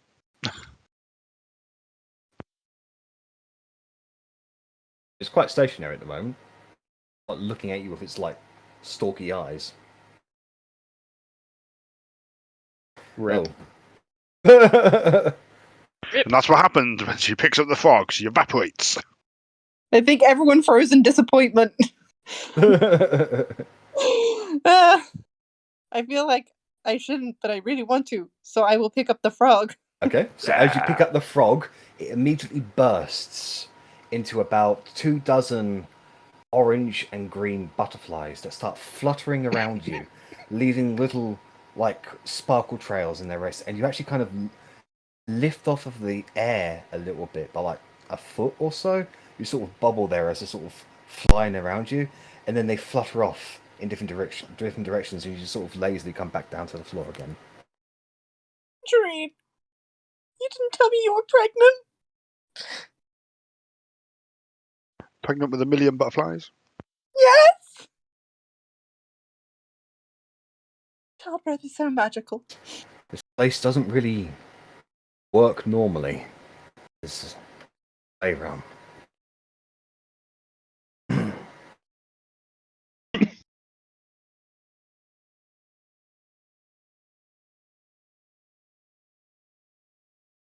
So if we were, can we have a look out and see if we can see any sign of a civilization? Any buildings? Any paths? Make a perception check. At advantage, thanks to the shield that I finally remembered I had. Thanks, Korgrin. Do most You do times not- about the perception. I mean, you can look out into the valley around and the mountains and down because you're quite high up at the moment, and you do not find any structure, no road, no signs of any kind of civilization here. Wait, Just Did you think that if we key just- thing come in with us? no. Okay. do you think if we just think about going to the elves, we'll get there? Rennas thinks about piles of gold. Make a roll a d20 for me, please. Classic. Nothing happens. No, I don't think thinking of the elves works. I definitely just tried it and didn't try thinking of anything else, and we're not there.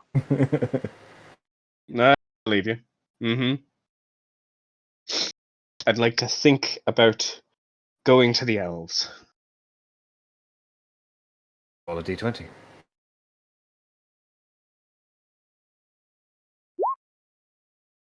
Nothing happens. No, actually, it didn't work. Fair enough. Can I think about leaving the elves in peace? Roll a d20.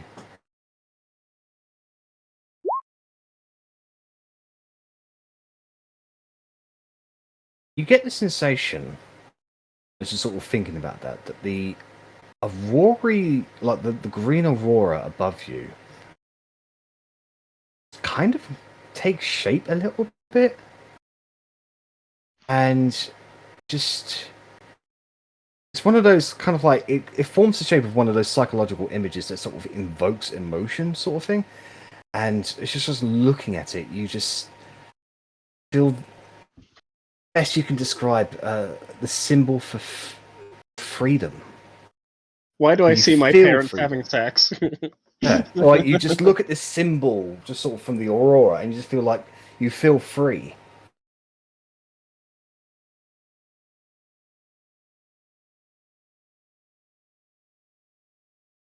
And as you are all sort of coming to grips with this strange new place,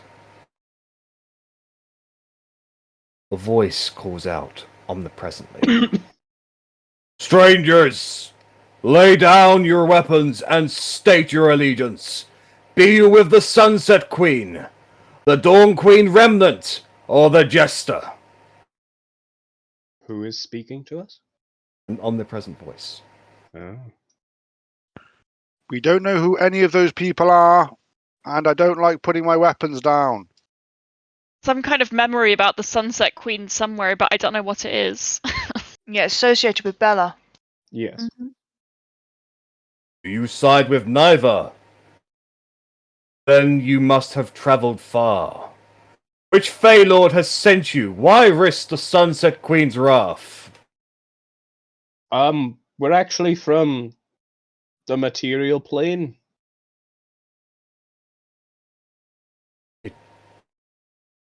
Be It be. material realm? Please stay your hands. An individual flanked by two armed and armoured people come into view from a nearby mist. The guards wear greenish golden armour of such splendid design and craft that you've never seen anything quite like it, with helms that cover the eyes and head, with large points slinked upwards and backwards. They have bows and double scimitars at the ready. They flank a man in orange plate armour that looks flexible and as light as his plaited brown hair streaked backwards. He has pale skin and a smooth face with an exquisite-looking longsword sheathed at his side. The only other sword you've seen as good is in fact Edgar's sword. He steps towards you and stops about 10 feet away. A calm yet collected, serious expression about him. Long have we waited.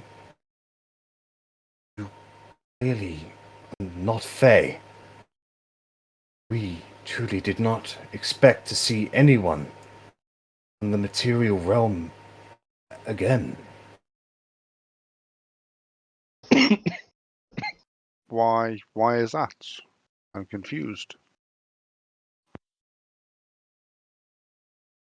We left. We left bloodshed. We left hostility. We scarred the world. And left so that others may heal. Well, the good news is that most of the hostility did kind of stop, and it's been relatively peaceful for a fair few years now.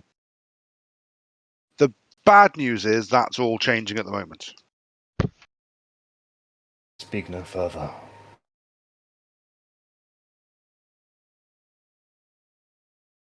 I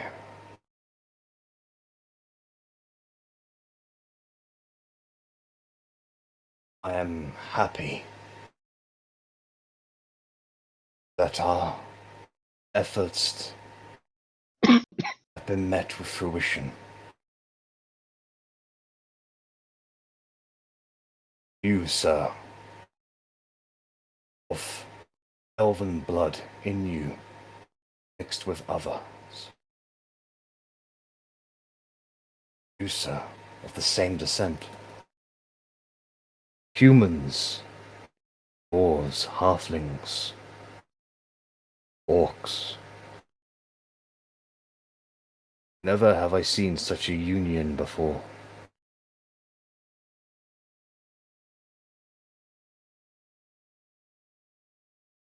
If this is what you send your representatives with, to come and meet us,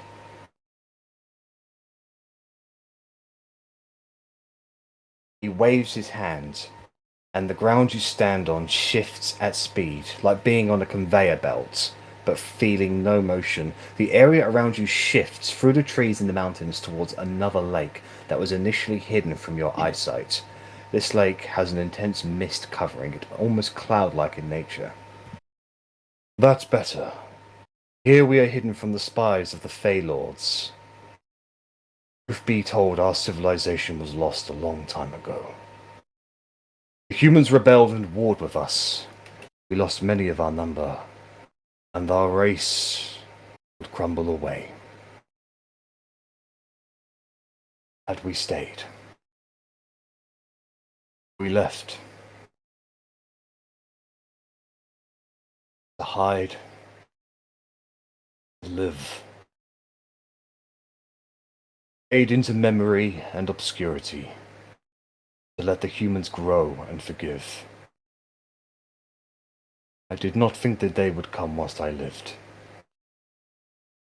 I am pleasantly surprised to be mistaken. Do we know how long it's been on the outside world since he came down? Well, since the elves came down here. Since the formation of Windward several hundred years ago. About 300, 400 years ago. Just out of curiosity, good sir, what is your name? He turns towards the clouded lake in the distance and he raises his arm, and after a moment he turns back to you and bows. I am Castian Jackus, first sword of eternity, and I welcome you to Galabrimbor.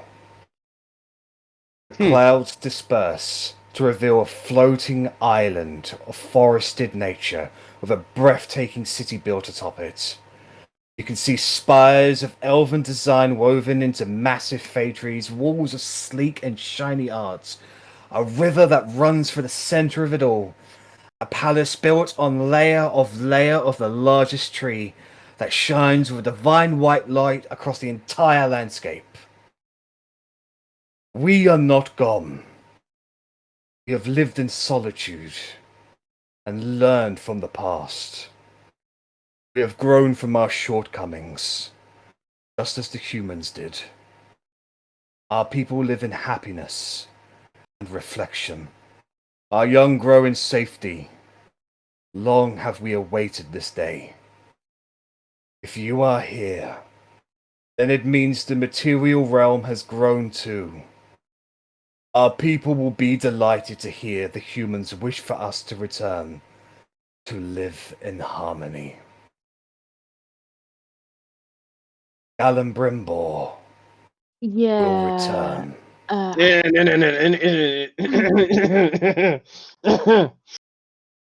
Korgrin, you really should get that cough looked at.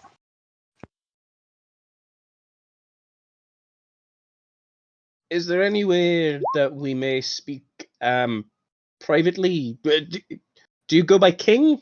King Jackus? Just No. Castian? We have no ruler here. We have a community, a collection of ideas and philosophies, an understanding of love and wisdom. So about that private place, there's just some things we'd like to discuss, of course. Of course. Thank you. I shall take you into the city. And from there, we can discuss things further. You're too kind. Oh shit. It's a big city. Dems is people, yo. Escorting you inside the city, you see thousands of elves. Most of them are young, like youngish looking elves. But they see you and greet you with an air of happiness. You coming here has clearly something that they've waited for a long, long time.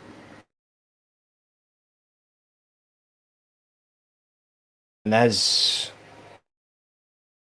Castian walks you through the city, he tells you a bit about it.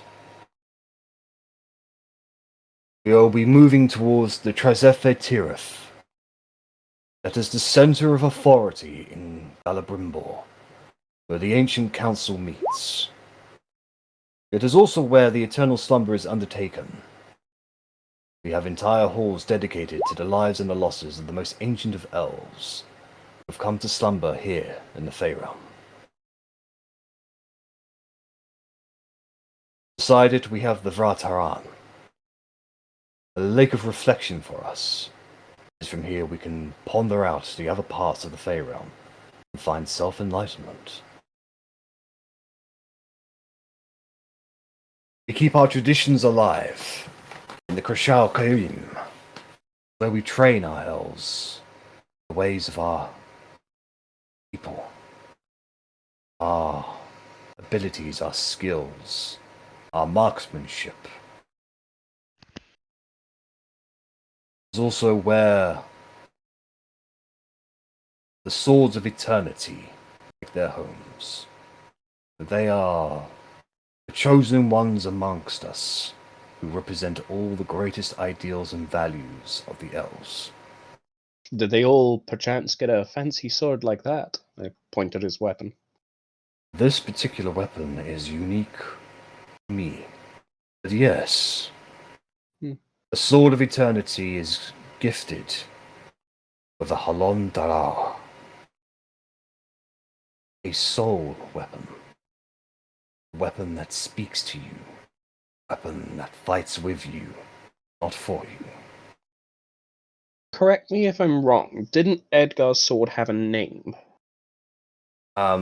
Perfect Avenger. That was it. What is the name of Doesn't sound very elvish. of your sword? I assume it is named, as all great swords are. Lots of people name their swords.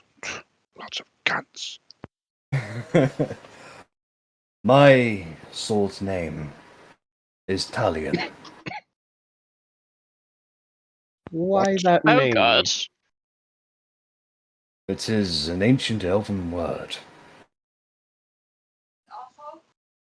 Betrayer of friends? Do you say that out loud? I do. No.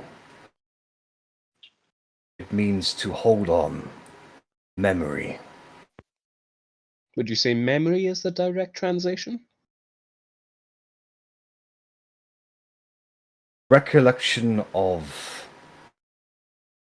emotion.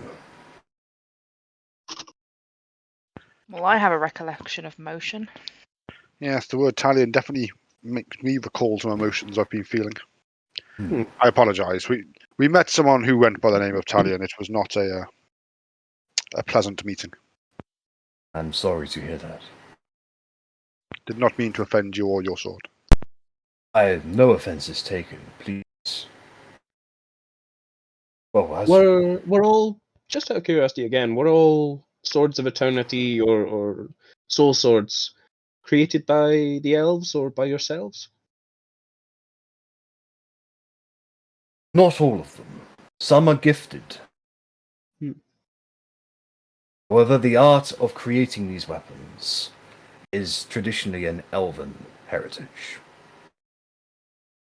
So would a name of a sword of Perfect Avenger ring any bells?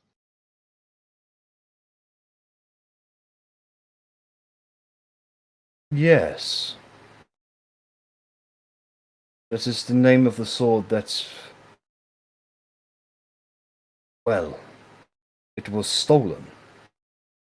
Well, maybe stolen is not the right word. It was claimed it was claimed,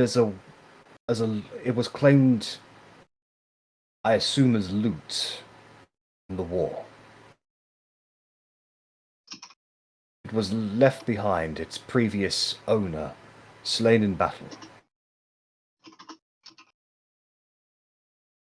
There were a great many artifacts of our kind that were left forgotten. I see. Well, thank you very much for enlightening us. Of course. Should you ever need supplies or anything, please visit the Hond Elblaf. It's a marketplace and social grounds. It's a kind invitation. Thank you very much, Yes. Castian. Of course. If you are looking for items, then see the Talarian has a great number of items within, or if you're just looking for a place to stay, then I would recommend the Taliband.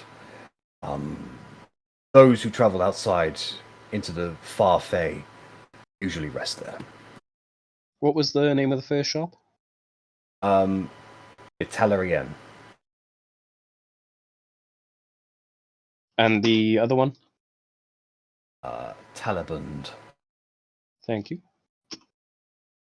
So the Talarian was a shop, and the Taliband is more like an inn. Yeah. Okay. Thank you.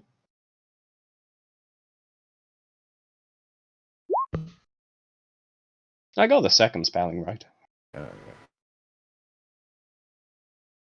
And Didn't have much of a hope for the first. Sorry. If you seek contemplation, or if you wish to observe the heavens and the wheels of the Moonweaver, I would recommend Solikalor. This also where we keep our extensive record of knowledge. History of the elves. It's that place over there with the large observatory. He points to like the far end of the city, where there is an observatory, sort of enshrined in with a tree.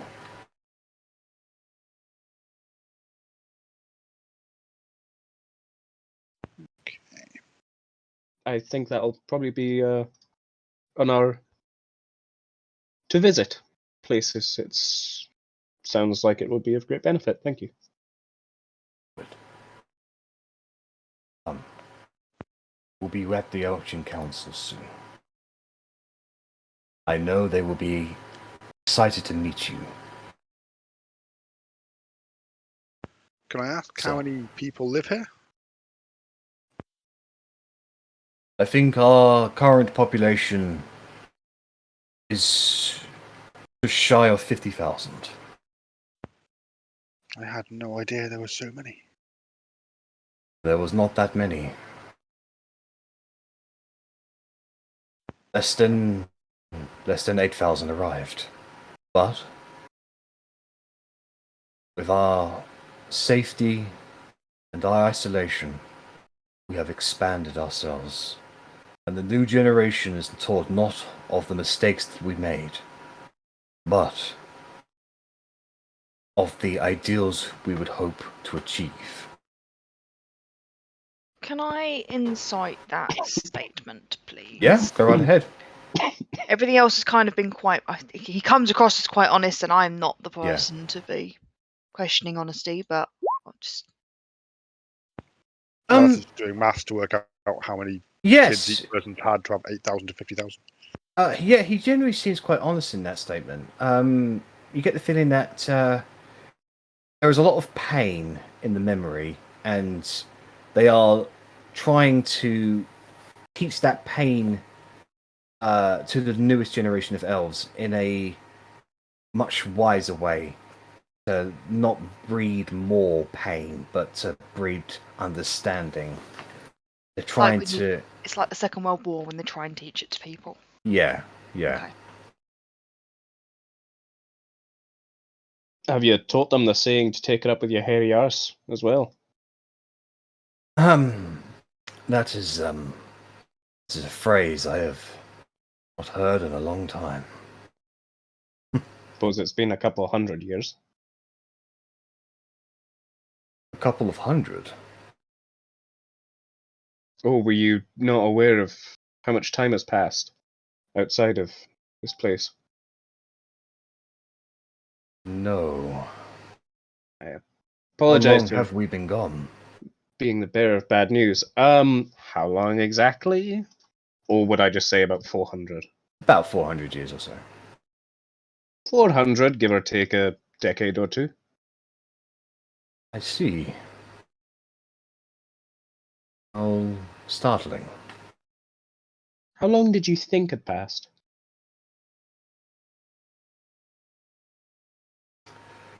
We've been here for over 1,000 years. Our elven biology slowed our aging Jeez. I am currently 1,834 years old. You don't look a day Oh. over 900. I did not think I would survive this long in the Fey realm. I was approaching the end of my life in the material realm. I thought I only had a few centuries left in me. But the Fey realm has slowed all of us. Time works differently here. So it would seem. Question. Fascinating. Yes. So we're going to the council, right? Yes. As far as you're aware of, is everyone on the council hyped with this whole, peace, respect, understanding mentality, or are some still kind of hell-bent on destroying everyone? We do not have any members of those people within us. They refuse to leave with us. I myself am on the council. There is also Zorin Neverwinter. She is one of our oldest elves. Isn't Neverwinter a name we already know? It is. We consider her to be the voice of the Moonweaver. And people consider me to be the father of Galabrimbor. I've spearheaded the education, training, and the raising of the newest generation of elves. Cool. And then there is Elisar Faceworn. He is the first child to be born in the Fey realm, and we gave him a seat on the Ancient Council, as the elves have learned from your race, young human. We believed youthful idealism and creativity was essential for our survival in the new realm. Cool.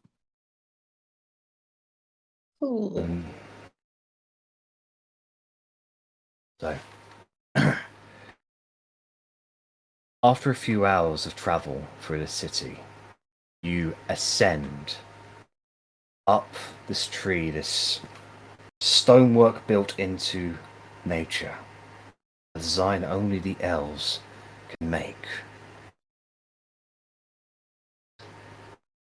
This place is a jaw-dropping marvel of engineering.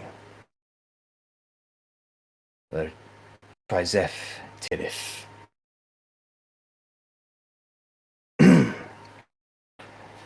Castian leads you to a relatively sort of Spartan open dome, where there are many statues of elven individuals sort of line an outside area. The dome itself has got plenty of archways that you can sort of see out of it, and you get a good view of the entire city and the ever-present sunset in the distance. The guards up here are completely golden armor. Their intricacies are far more entitled, and you can see that they hold themselves with a discipline and a skill only awarded to those who have lived a very long time. They are motionless, but aware of everything. And Castian confirms that they are they are Swords of Eternity. Would you say you had an alignment with any of the Fey Lords? No, we live independently of the Fey Lords. The Sunset Queen has always threatened our borders, but we hide ourselves well. If you had to ally with one of them, who would you pick? We would prefer Dawn Queen, but she has been missing for some time. She was always one of... well... She was a good individual, and she always kept her sister, the Sunset Queen, in check. But with her disappearance, the Sunset Queen has grown angry and spiteful. And the Fey Realm is not the best place to travel with her gaze upon you. Who's the Dawn Queen? She goes by the name of Silip. Silip. Yes. Hmm. I do not know what happened to her. She just disappeared one day. And the Sunset Queen is Selune? Yes.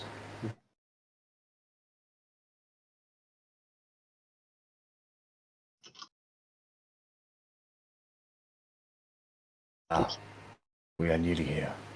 He leads you inside where there are two other elves sitting on plain chairs, like stone chairs. One of them is a young-looking elf with like long, flowing blonde hair, pointy ears, bluish eyes, like a buttoned-up navy blue tunic with like white frills on his cuffs.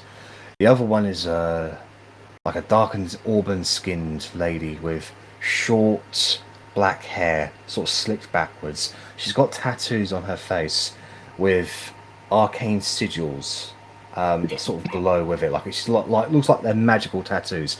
She has kind of like one of those like neck collars that glow with an ethereal light that sort of it sways and flows against gravity. She's got a long green dress that have more sigils in that glow.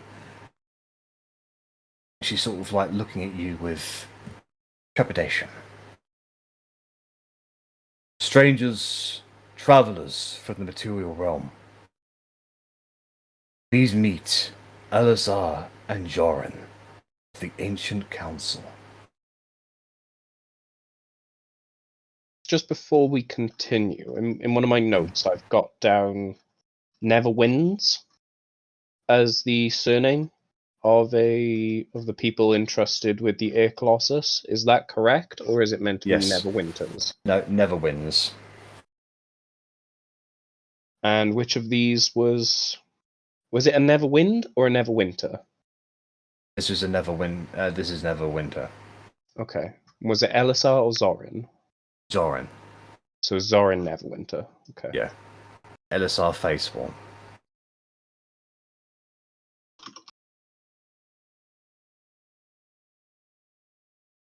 I have no idea then where we've heard the name Neverwinter. I've not got anything in my notes.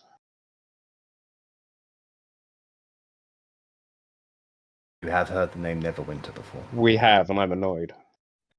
I was gonna say, I swear I remember hearing it. Well, I'll get back to you when I've gone through stuff.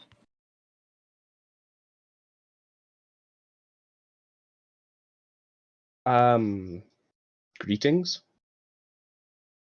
Elazar bows and he says, "Greetings." Zorin nods her head and she says, "Many happy blessings on this meeting."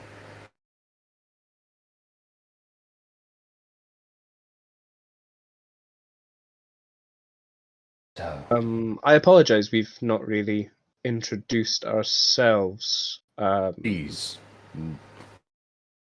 My name is Korgrin Bravebeard. These are my associates. We travel as an equal group. Rennas Genlar. I wave. Arrabella Deephollow. Verity Deephollow.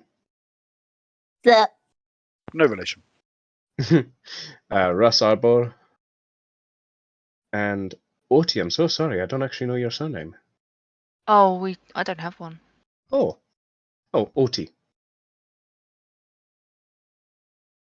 It is a pleasure to meet all of you.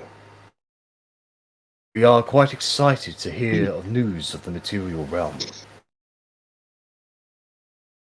We are prepared to move Galabrimbor back into the material realm. It will take us a few days to utilize the ritual. Can you have any lands been assigned to us where we can lay the foundations of this new city?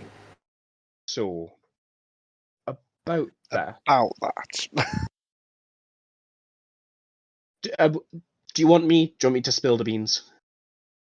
Yeah, carry on, Jorin, Korgrin. Jorin blinks her eyes and says, "They bring tidings of grave news, darkness, despair. Unfortunately. The enemy of old moves again." I'll just kind of... Is there a step? Like, steps going up or down anyway. I'll just sit on one and then just kind of... So, where to start? The current king of the capital of Windward, named Jairus Jakai. Jairus Jakai? They Yes. have it wrong as Jakai Jairus. Typical... Named after my cousin, who founded the city. Yes. At some point, the name's already been switched about. Indeed. I see. The current king, Turiel Windward, has gone a bit mad. And, is kind of looking to bring back Arganeth. No. No. No, that would spell the disaster of the entire world. He's aware. Why we're trying to stop it. Mm-hmm. When we left the material realm, it was under the belief that Holland Windward would build a new and better world. Now his descendant is trying to destroy it? What madness is this? Unfortunately, some scars can be left will fester. We're trying to do our best to heal everything, but gotta cauterize it, to follow the analogy. I think what she's trying to say is you've got to cut out the infection. Castian just leans back a little bit and just goes, "Leave it. My cousin was right. After all these years of thinking he was wrong, he was right." By any chance, are you referring to wiping out the humans? No. We did not want to wipe them out, we just wanted... My cousin, Jakai, he wished to control the humans. He wished to control their destiny. He wished to control their urges. He wanted to prevent another human from summoning Arganeth ever again. Now, it's a bit of an extreme way of doing it, but not all humans are bad. That's what I tried to tell my cousin, but he would not listen. And the brutalities, the unjustifications that he did to control the humans grew and grew until eventually the humans rebelled. Mm-hmm. And that is what cost us our culture, our lands, nearly our race. Now, we don't know if it's always been the way, but the king does currently have a kind of amulet linked to Arganeth. Yes, a shard kind of linked to Arganeth. Now, we don't know if he was always sick of mind, or if he's simply been taken to a certain persuasion since receiving it, but we are under the understanding that this shard has connections to the Demon Lord himself, and maybe being controlled, maybe being influenced, hard to say, but I don't want the humans in general to be persecuted for this, but it is unfortunately by their hand, or a certain human's hand, that this is occurring.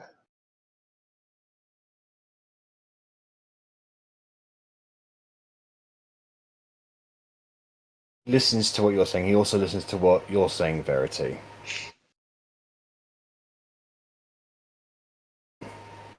I have not spent the last 1,000 years here.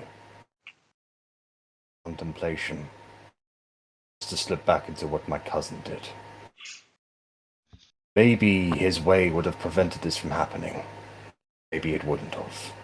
All I know is that his way cost us everything.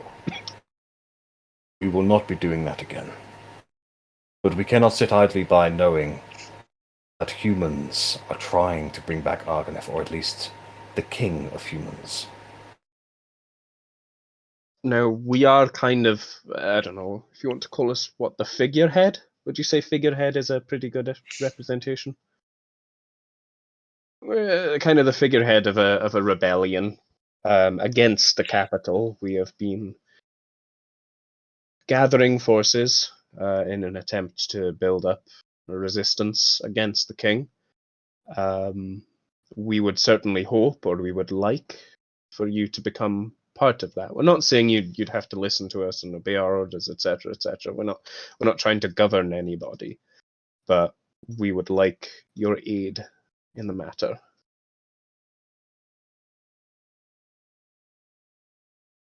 The three individuals look at each other.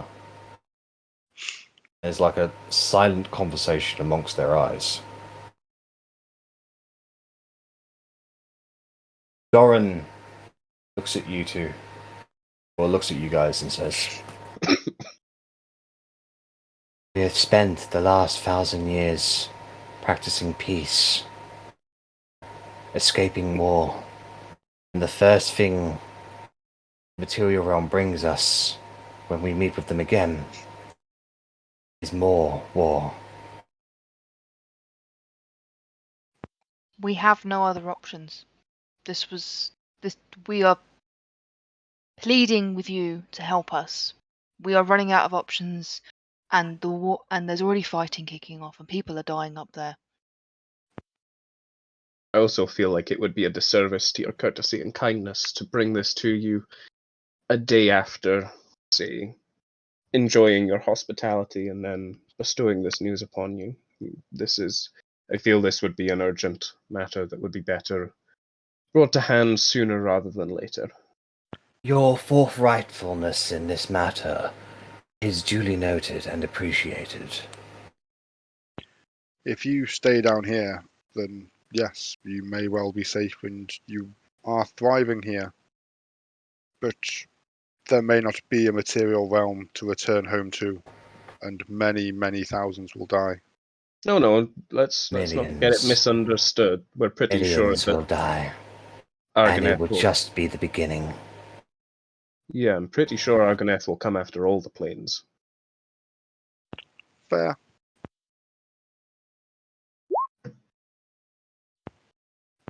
Let me tell you the story of a man named Rykor.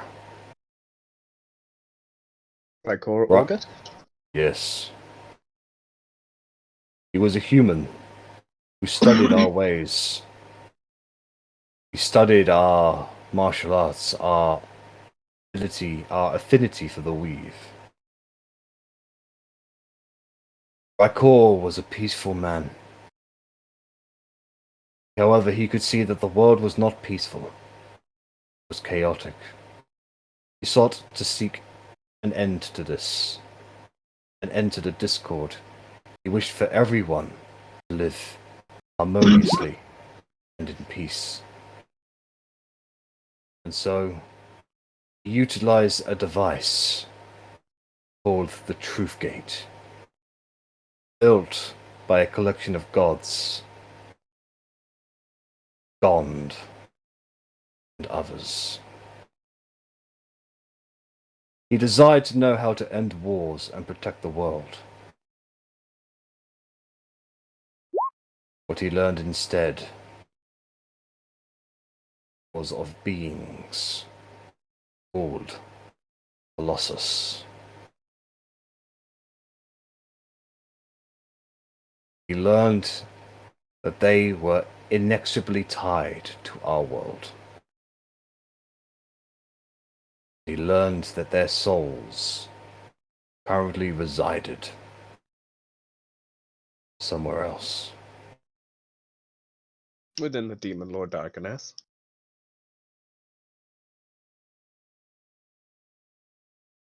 In a state of unyielding arrogance and belief in himself, Rykor travelled to the bodies of these colossus, and he was able to steal a piece of them under the noses of family guardians assigned to them.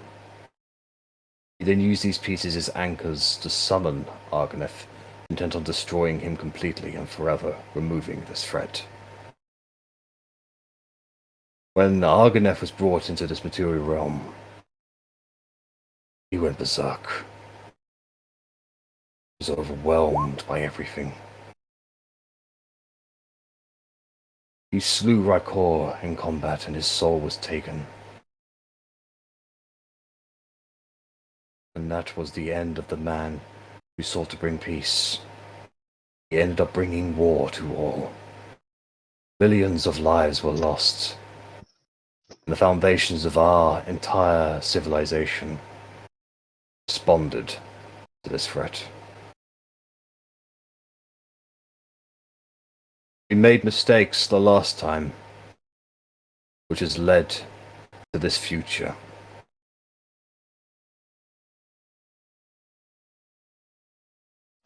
We will return to the material realm to prevent Argonef from rising.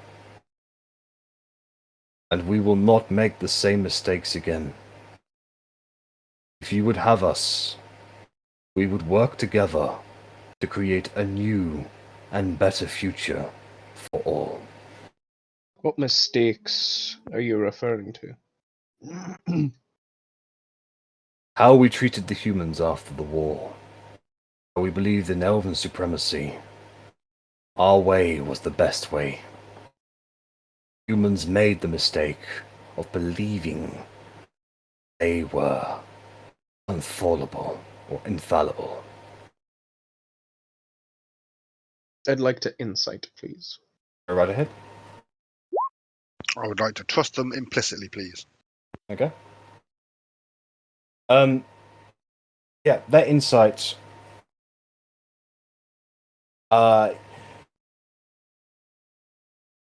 Yeah. To be fair, you can see through his. That's a pretty sincere statement from himself. Like, there's no alternative motives. It's like they don't want to basically return to being Nazi Germany. Basically, they've learned from their mistakes, and they really don't want to be that way again. They understand that the only way to stop Argonef from rising is through military action. They just kind of want to work together with people this time instead of doing it their way. That sounds just like our New World Order. So, I suppose you don't really know much of what happened the last time Argoneth was returned to the world, right? Of course we do. We fought with him and we defeated him.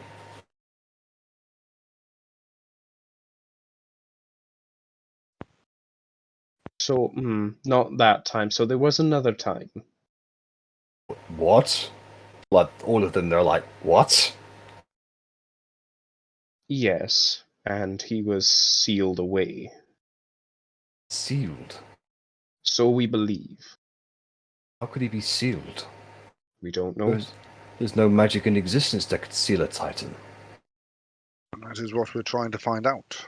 So, well, do we... I'll look at everyone and just... I'm trying to say, like, do we trust them Implicit trust is on my face. with our bloodline, basically, is what I'm kind of, I would like everyone's input before I proceed. Like, of all the people that we've met, the obviously the elves weren't part of the world during this time, so might actually listen to us rather than listen to what was originally said. Okay. I eyeball over at you, like eyebrows going. Waggling Morse code. Verity and Arrabella? I'm still trying to figure out who freaking Neverwinter is. Fair. Yeah, I'm fine. I'd probably just kind of shrug, be like, sure. Can't be in more danger than we already are. Fair. They seem way out of it, so I'd kind of Yeah. like to. I'll just be like, yeah, just.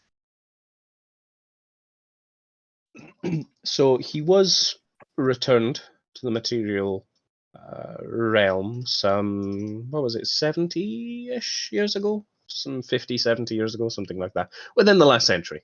I think it was like 30 or 40. I forget, I'm a dwarf. And there was battling between factions and demons, and Argoneth himself did stride upon the land.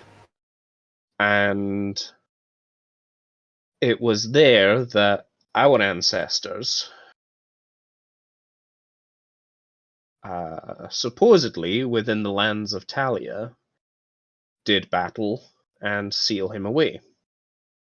Now, we are being pursued by a man known as Edgar Talion, and I look at at Castian, who is after our blood. And for some reason, he believes that this blood will undo the seal upon Argoneth's bonds and free him. To what end this Edgar Talion wants him to be free, we don't know, as he is under magical truth said he doesn't necessarily work for him, but is working with the king.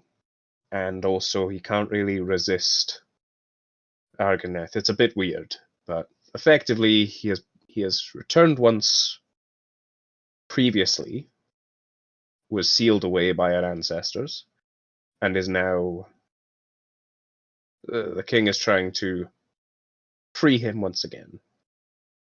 And I'm going to go in my bag and I'm going to take out the War of Argoneth book and I'm going to offer it up. And I'm going to say, I ask that this please be returned. This is very sentimental, but this is what happened. One of a kind. Jorin will stand up, walk over to the book, and she'll place her hand on the palm. You can see her eyes light up. And she sort of extends it away, and then the book opens outwards, like automatically, and the pages go. And then the book closes in your hands. Fair. Took us longer than that. Took me longer than that. Mm-hmm. I have been alive for a very long time. Bastian, Elisar.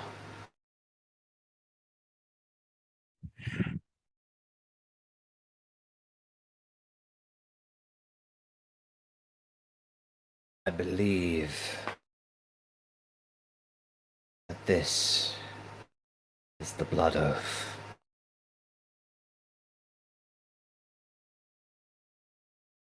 Bastian looks at Joran and says, "That's not."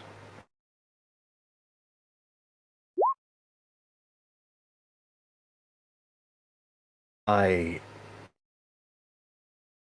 do not think they would have went so far. There is no other way it would have happened. It was gathered. The necessary components were together. Elisar looks at the both and says, I'm sorry, I do not know what this blood oath is. It is a forbidden magic, Elisar. One that has a terrible toll. Pray tell. The blood oath is what we term a type of magic that utilizes life force to overcome life. The amount of life force that is needed is dependent on the strength and the will of the life to be affected. The user will gain some measure of immortality. The subservient, the victim, the receiver would cease to exist in any plane of existence beyond their own reality.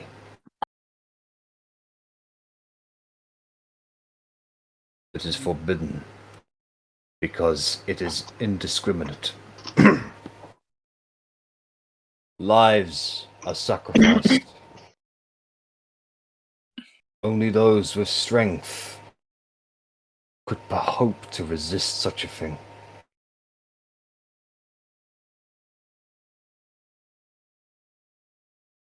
To seal away a being like Argonef. Joran looks at him. She says, tens of thousands. I had a feeling.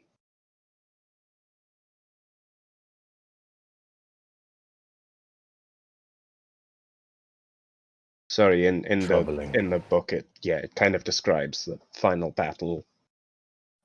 A good couple of thousand people suddenly collapsing at the site that Argoneth was doing battle. So 2 and 2. Troubling. Very troubling. The individual who performed this magic must have been heartless to make that kind of sacrifice. But if so many were killed to seal him away, how is our blood related to getting him out?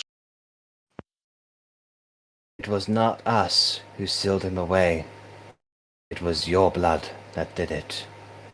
Your ancestors did the blood oath. Your ancestors sacrificed tens of thousands of lives to seal away Argonef.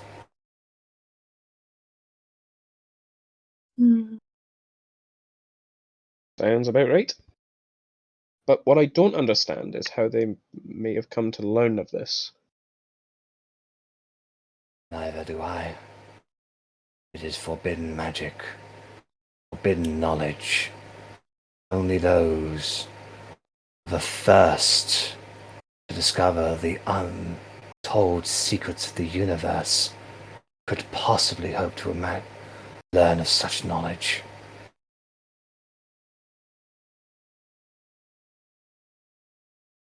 I would like to withdraw Kane's Infinity Staff.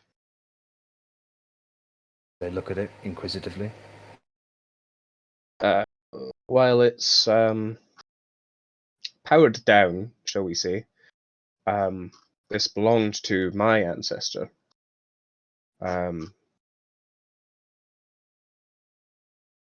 It once had the power to restrain the being known as the Tarask.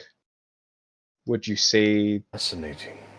that is the Blood Oath? Would that have been developed from the same spell, or would it be different kind of magic? It depends if it utilizes the prime essence of the gods' souls.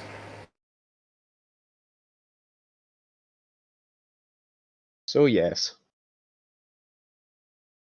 And yes. Right.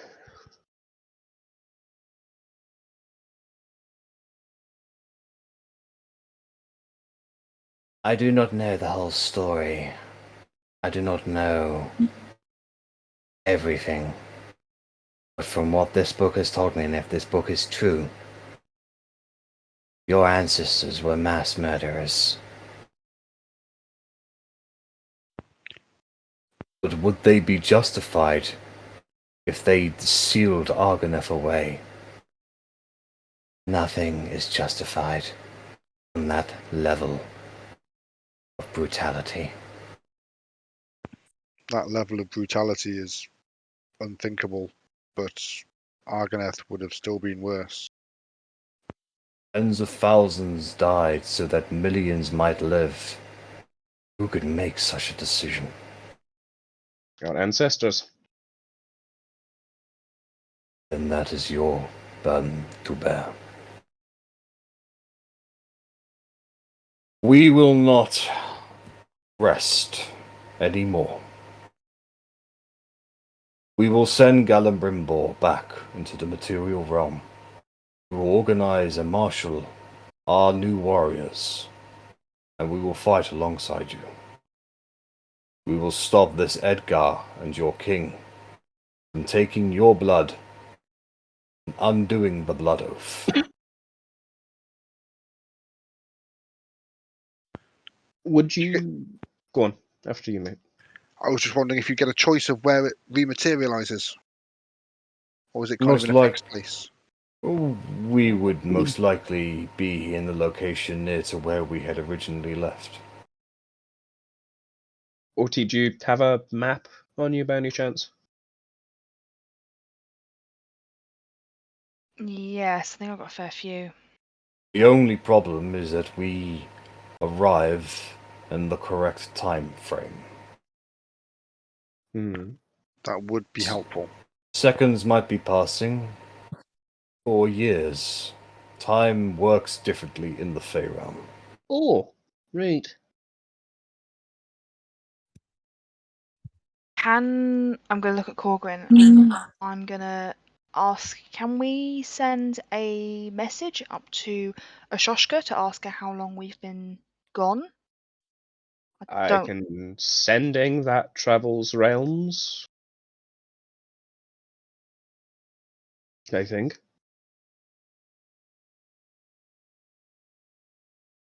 Yes, you can send the message across any distance and even to the other planes of existence.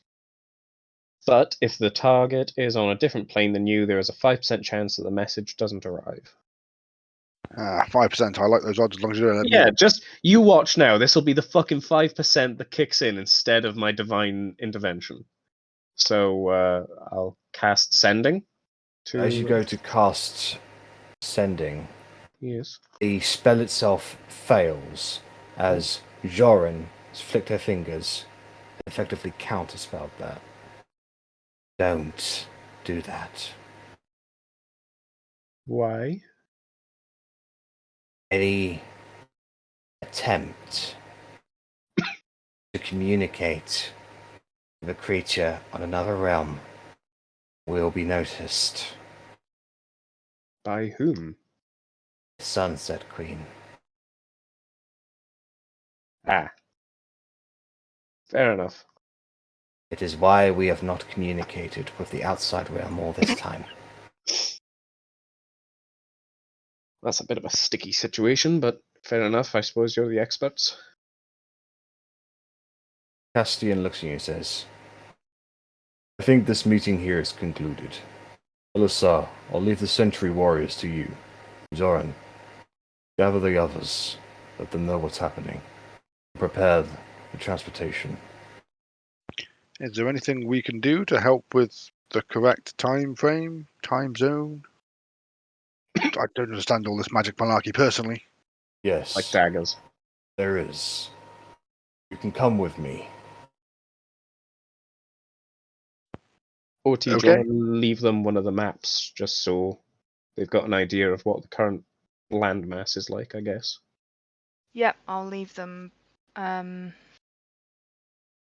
leave them one that's kind of like, I think I've got a few of them. One of them that's like the capital and up to sort of Vorod and then down to Mount Tokyo, because worst case they're going to come up at Mount Tokyo. So I'm making that presumption. So I'll leave them one of those ones.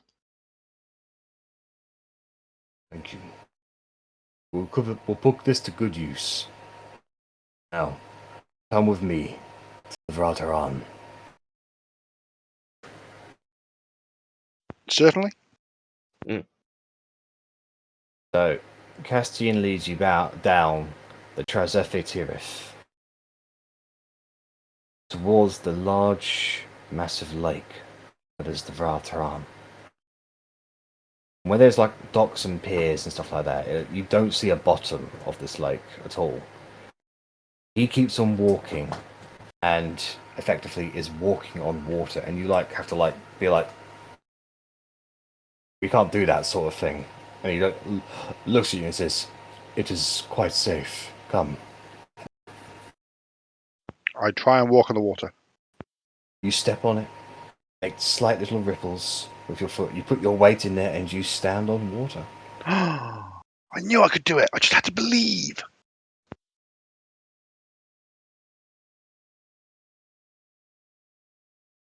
The rest of you follow. And he leads you out into the middle of the lake, where you can see the sky a lot clearer from here. It's almost as if your mind is opened up.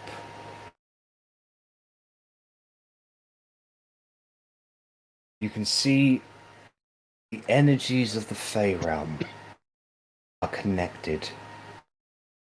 Almost like souls or shooting stars are all drawn in to a singular orange dome in the night sky, far off into the distance. It has crackles of energy like a sun, like sort of coalesce around it.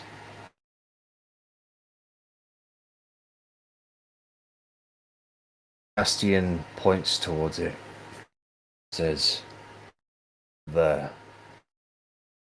That is the prison of the Sunset Queen."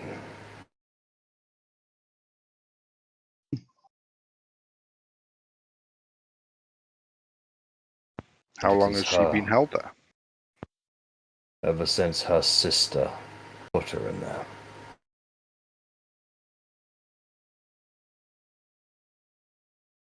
She is connected to all the dreams in the realms. That energy you see are the dreams coming towards her for her to feed. And she's Every currently... message...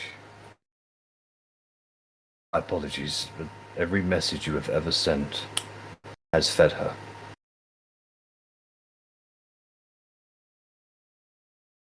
Only ones that travel distances. If you were to send a message from here, it would be as if you were hooking a fish, but she was holding the line. She could reel you in, and she'd know where the fish came from.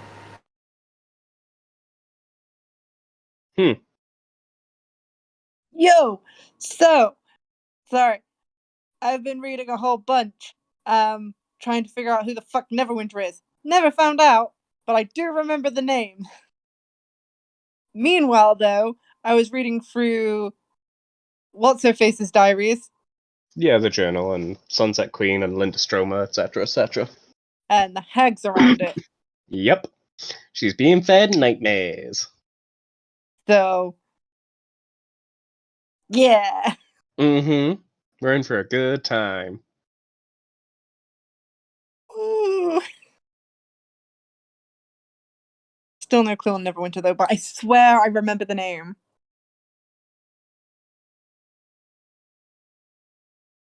Look so smart, Jack. Damn it. It's an individual you've interacted with on a few occasions. That's what I think, and it's like we've definitely interacted because I keep wanting to call him something else, never something else. Not the guy we accidentally killed. Well, not so accidentally, no. I think he's still alive. You know how desperate I was? I went through all the art section to see if we could find a token picture of him to remind myself that I didn't. That's how I get half the NPCs' names and I forget. That character is a lifesaver. And as you guys stare out to the prison of the Sunset Queen, with this new knowledge in time, Verity, you click your fingers.